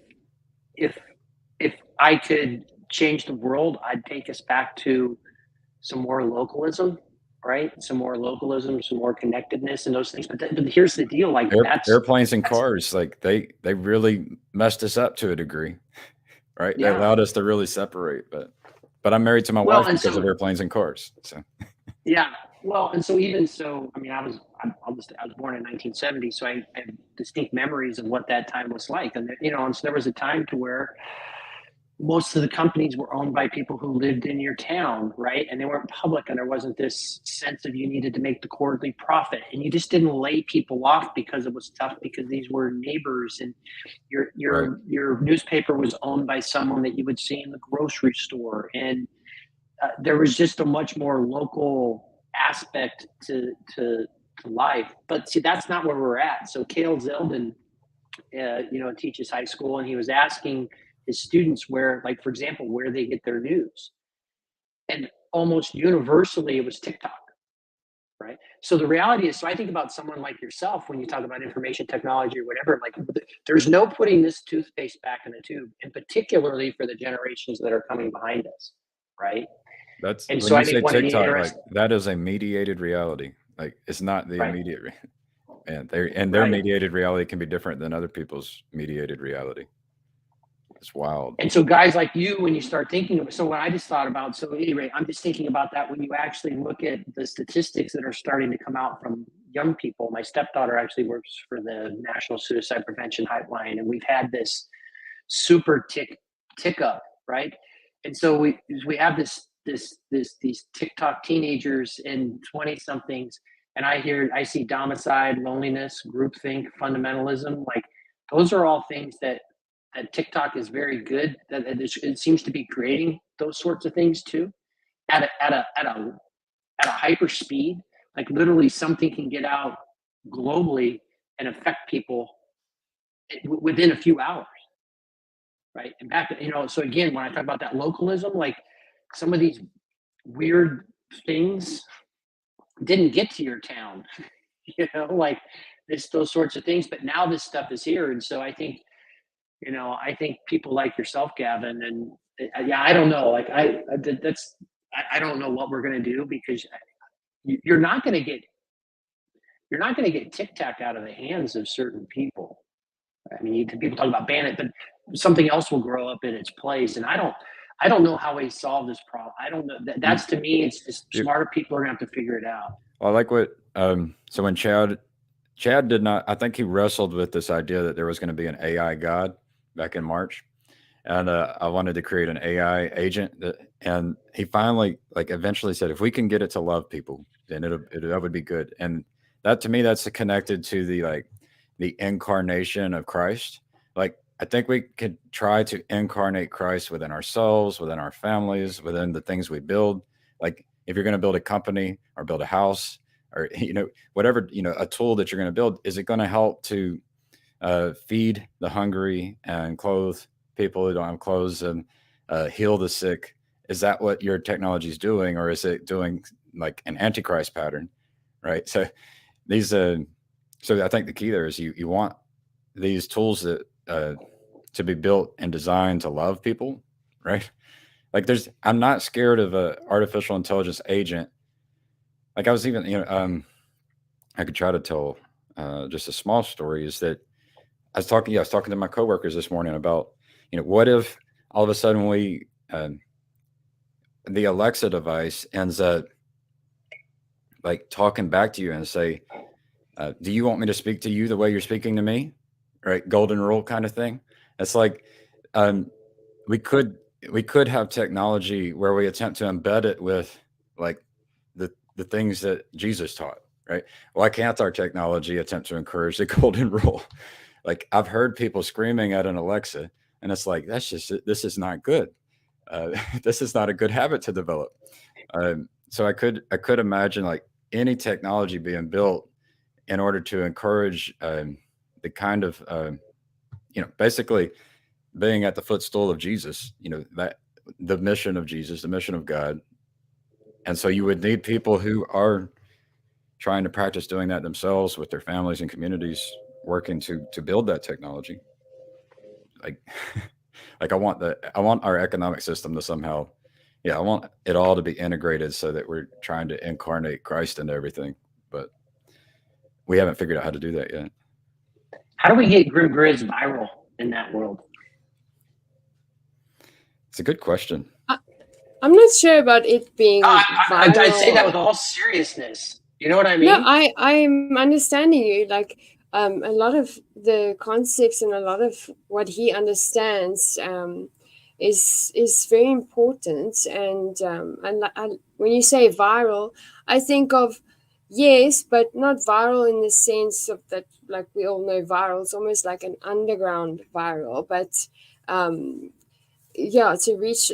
Because he's got this gift of being able to reach people in places that are like kind of not as likely, and that's why he's so important. But anyway, just that idea of the Twitch. That a movie? It's a platform. Is Twitch not a dancer? Twitch was some kind of dancer. I'm just saying that we need to get. Oh, sorry, I'm being old school right now. Sorry. The TLC VNA shorts, because the kids watch shorts. That's what Raquel. Sorry, that's how God says it. But I think that's a great idea. I think that a couple more attractive people are supposed to steal what I say. I don't know, but who's stealing anything? Well, I want to just chime in with a thought here that Michael Sartori has said that he wants to be able to play the guitar in the liturgy. And what I was thinking recently, I saw like pop, summer mix Christian music, and I saw this stuff like I was looking for Rastafari Christian music. They call it Christafari. It's like you can steal, like this is how you. I think this is how you steal the culture. It's like you produce you make everything you attempt to make everything an incarnation of Christ, and you enjoy it. You don't be scared to try and to steal the culture. It's a weird word. It's a weird thing to try to think that you could steal an ideal or a concept. But Grim Grizz even makes a point there, like attractive people stealing his ideas. But we all have to do it. Like we can't just have one person. It's like we all have to try and practice doing it at every moment, the incarnating of Christ stuff. Like that. What's neat, I mean, I could go tech on you, but I'm not going to do that right now. Go. It gets boring when I start talking about open protocols. So my church has an app and they have small groups. And I'm like, I want to work on this app. It's like, well, why don't all churches have an app with small groups that's using a protocol so that people can have their own profile and personality and they can find people interested in the same things? Like it's a problem that I can't find a small group of people who want to build a software app, or, maybe there's people who could create a company for building software that's a good software, or an organization that creates open source software for that's trying to incarnate Christ. It's like, but the way you have to do it is you have to have open protocols such that when you share information, people can understand it. That's how communication is key. But right now, when people create an app, all their information is like kind of like, that's the question. Do they share their information such that other people can consume it and they can become interoperable? This is what I did in missile defense, is like interoperability. There's ways to become interoperable so that the denominations of churches can communicate with each other. So your thinking was you would have this open source platform, and then people that kind of have the same. It's a protocol. So So everybody can build their own platforms, but they can all communicate with each other. So if all of a sudden I'm some guy in Montana and it seems like I have this certain idea and I want to have a conversation with like a guy like Luke, but I don't have a Luke in all of a sudden it would kind of make this connection. Or it's like, hey, I need a prayer buddy at 4 a.m. And someone says, hey, I'll pray at 4 a.m. It's like there's a church down the street that has small groups that's disconnected from the church I go to. Right. So I might not have someone that's interested in the thing I'm interested in at the right time, but there's someone right down the street who is, and I don't know about them. I'm blind to them. and we have no way to communicate with each other. But Okay, so I'm loving what you're saying, and I think it's a the nerdy world thing. does need more of that. No, it's look, it actually exists, so, but not all around, and probably not like as particular as what you've envisioned it. But for example, the church Elevation Church, they've got this whole like, they've got an app, they've got on the site, there's this interesting connectivity, and they've got e-groups. So I just want to say, like, that's something you can go check out, but that's like very, very big. But it's very interesting how that works, and I can't speak tech in any way, but a lot of what you're saying, it like just fits in with what I've experienced there, and it's pretty amazing. And so I just want to mention that, like, maybe you can check it out, and I think that you might get some ideas from there, or maybe you'll see exactly what you've been talking about. I don't know. Will you say it one And more then time? The elevation, elevation. yeah.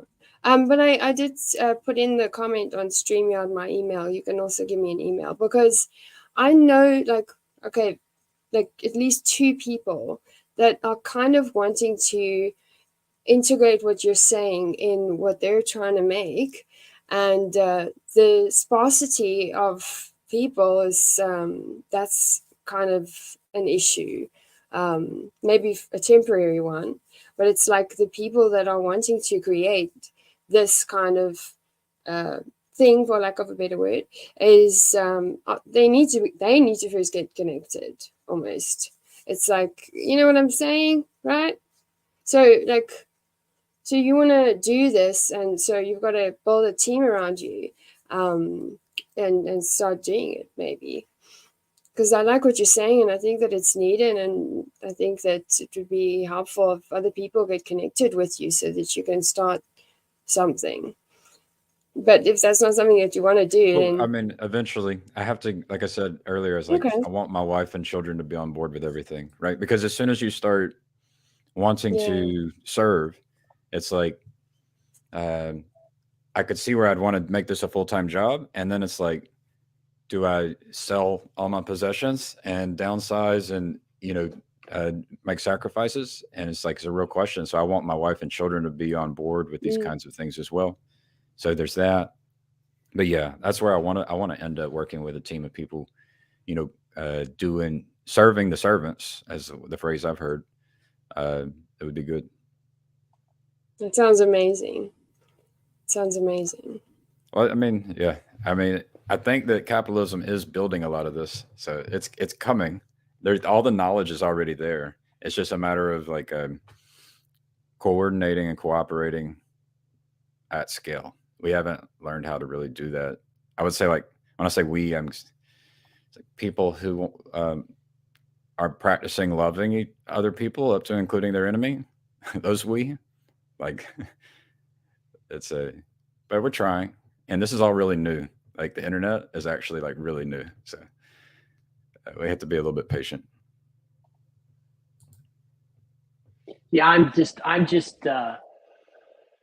here's that paradox, but like in my own personal life, the most I would say transformational and deepest things I do are silence and disconnectedness, participation in deep patterns of liturgy, and those are the most transformational. I just said, like, I went to go see if it worked, right? And so that's the reality that's for me the most transformational. And I'm old enough that I remember life before technology. Like, I know what that was like, and I knew I could live and thrive without it, you know? And so now we're in this internet world, but I'm also not stupid enough to realize that there's, Tyler, who hangs around here, he's just like, Lance, they're not getting rid of these. Because like I'm thinking about just getting, like, if I with my job, if I didn't have to have this, I'd just go back to a flip phone and non-trackable and just kind of whatever. But he's like, the reality of saying this attention monster, he says, you're not getting this out of people's hands. So the question would be is how do you use it? Yeah. The church could provide operating systems and could protect, elderly people from being tricked out of their money. And, the church can do all Mm. kinds of things. We don't have to just like Google and Facebook and OpenAI and UPS, and we don't have to just let everybody else do the work, right? Like it's, but yeah, it's a big change, and it has to start small, and you got to Yeah, practice. yeah, that's good. As you were speaking, Lance, I was a thought that I've been that's been reoccurring that I think would be fun, but also I don't know how hard it is to find some really good quality long range walkie talkies. But yeah, like the lifeguards use, where you can tune it and tune into this, and you can just communicate, like, and you have to just, it's quick, but you can communicate, and then, oh man, I just miss that, and it would be so cool to have that kind of thing. But I mean, that's Yeah, we that's give a bit everyone a far. walkie-talkie, Just I and they love can only that. have. Yeah, give everyone a walkie-talkie, and they can only have 8 people that they can walkie-talkie with. So you have to be very specific, and it just. Yeah, and you have to tune into a specific channel as well to communicate directly to that other, and and you just carry it on. Yeah, it's just anyway. It Sounds like just ham reminds me radio of, like, operators. it's just, yeah. But it's every tool's got, there's a reason you would use it. So it's that tool. You're thinking of a reason you would use it when you talk about it, right? And then I say it's not lost on me. No, there's no reason. The how ironic it is. So, and this is the thing that I live in, which is this place and this space has transformed my life in a good way in terms of spiritual connectiveness and in terms of growth and everything else. So the Discord and then YouTube is transforming me in ways that that would not have happened, and made connections that would not have happened without it. So it's not lost on me that here I am, Paul Kingsnorth, the machine technology, seeing all that. It's not lost on me that I see all these problems, and yet this space has been transformational for me. So Is It's this liturgy? because God is here. The Holy Spirit comes into a lot of these conversations. It's amazing. And what I love about this little corner is that, or at least this is how I see it, is that it does not reject God. That's something that I feel is like, wow, So there's like this open invitation, and I love that. And I've experienced very amazing things, and apart from like YouTube or things like that, and just connecting through like Google Meets or things like that with other people that we can't exactly drive to meet, but and we will have like almost like a cell group meeting, or like how do I explain this? But yeah, and we will fellowship together, but in a like Google Meets or whatever, Microsoft Meets. I don't know all the video things, but we'll connect that way, and it is incredible what happens in those spaces. So sometimes like we are literally like, praise God for technology, because like without it, certain connections just, I don't know how we would have made them. And so it's like, yeah, and I just want to make a distinction, like when we say that, so that we are not praising technology, it's to praise God for technology, or for the opportunity to use it to connect with one another, and I think for the better, for the good, or for the betterment. And yeah, I just think it's amazing. Certain things that I knew that I would never have imagined. So it's like, wow, this is so lekker. But it's important, I think, at the same time, not to forget the older ways, or the original ways that you learned how to, or the ways things were. Just to keep like that in mind, and not forget that, like, so that if anything sort of happens, you have a place where you can put your foot and be like, okay, I can still ground myself somehow. Sorry, I'm getting like a little bit out of touch right now. But anyway, I'm going to love and leave you guys. But I'm just, thank you for being so amazing and being great examples. And it was nice to meet you face to face, Lance. And Gavin, as always, thank you for being such a great example and a good steward. And I think that's great. Keep doing what you're doing. And yeah, hopefully someone, I don't know if Grizz is still listening, it would be interesting to hear whatever he's got to say. I'm sure he's got some things to say, but yeah, I'm going to love and leave you. Thank you so much. I agree. Okay. And thank you, Dolly. Yeah, I like how you summoned Grizz there. Ciao. Yeah, Grizz. All right. Well, I've got to wrap it up here pretty soon, Gavin. I'm jumping on a call. I stepped into a job that is primarily we're using paper processes and outdated things. So I'm actually trying to get us into some digital platforms that are integrated and will, you know what I mean? Like actually work together so I can automate some of what we're doing. So Yeah. when you talk about integration and operable systems, that's been for basic. My world is looking at, and I come from a little bit of a background in that. I was like, okay, we need to get some You sure you platforms don't that want work to? together. You sure you don't want to recommend the Telegraph? Not to get work done. Oh, that's good. All right, Well, man. hey, this was awesome. Hey, I just want to say I really appreciate you sharing your story, man. That was awesome to hear, and we'll be on this this journey with you. Oh yeah, man. It's just great. Yeah, I was listening to Dolly. Man, there's things you can do here. There's things you can do on the phone, but then there's things that you can't do here this way. But yeah, I'm glad you clicked that. So, yep. Everyone, head over to Graham. He'll keep the party going. Great. All right. Hey, good to see you, Gavin. Same here. Have a good one.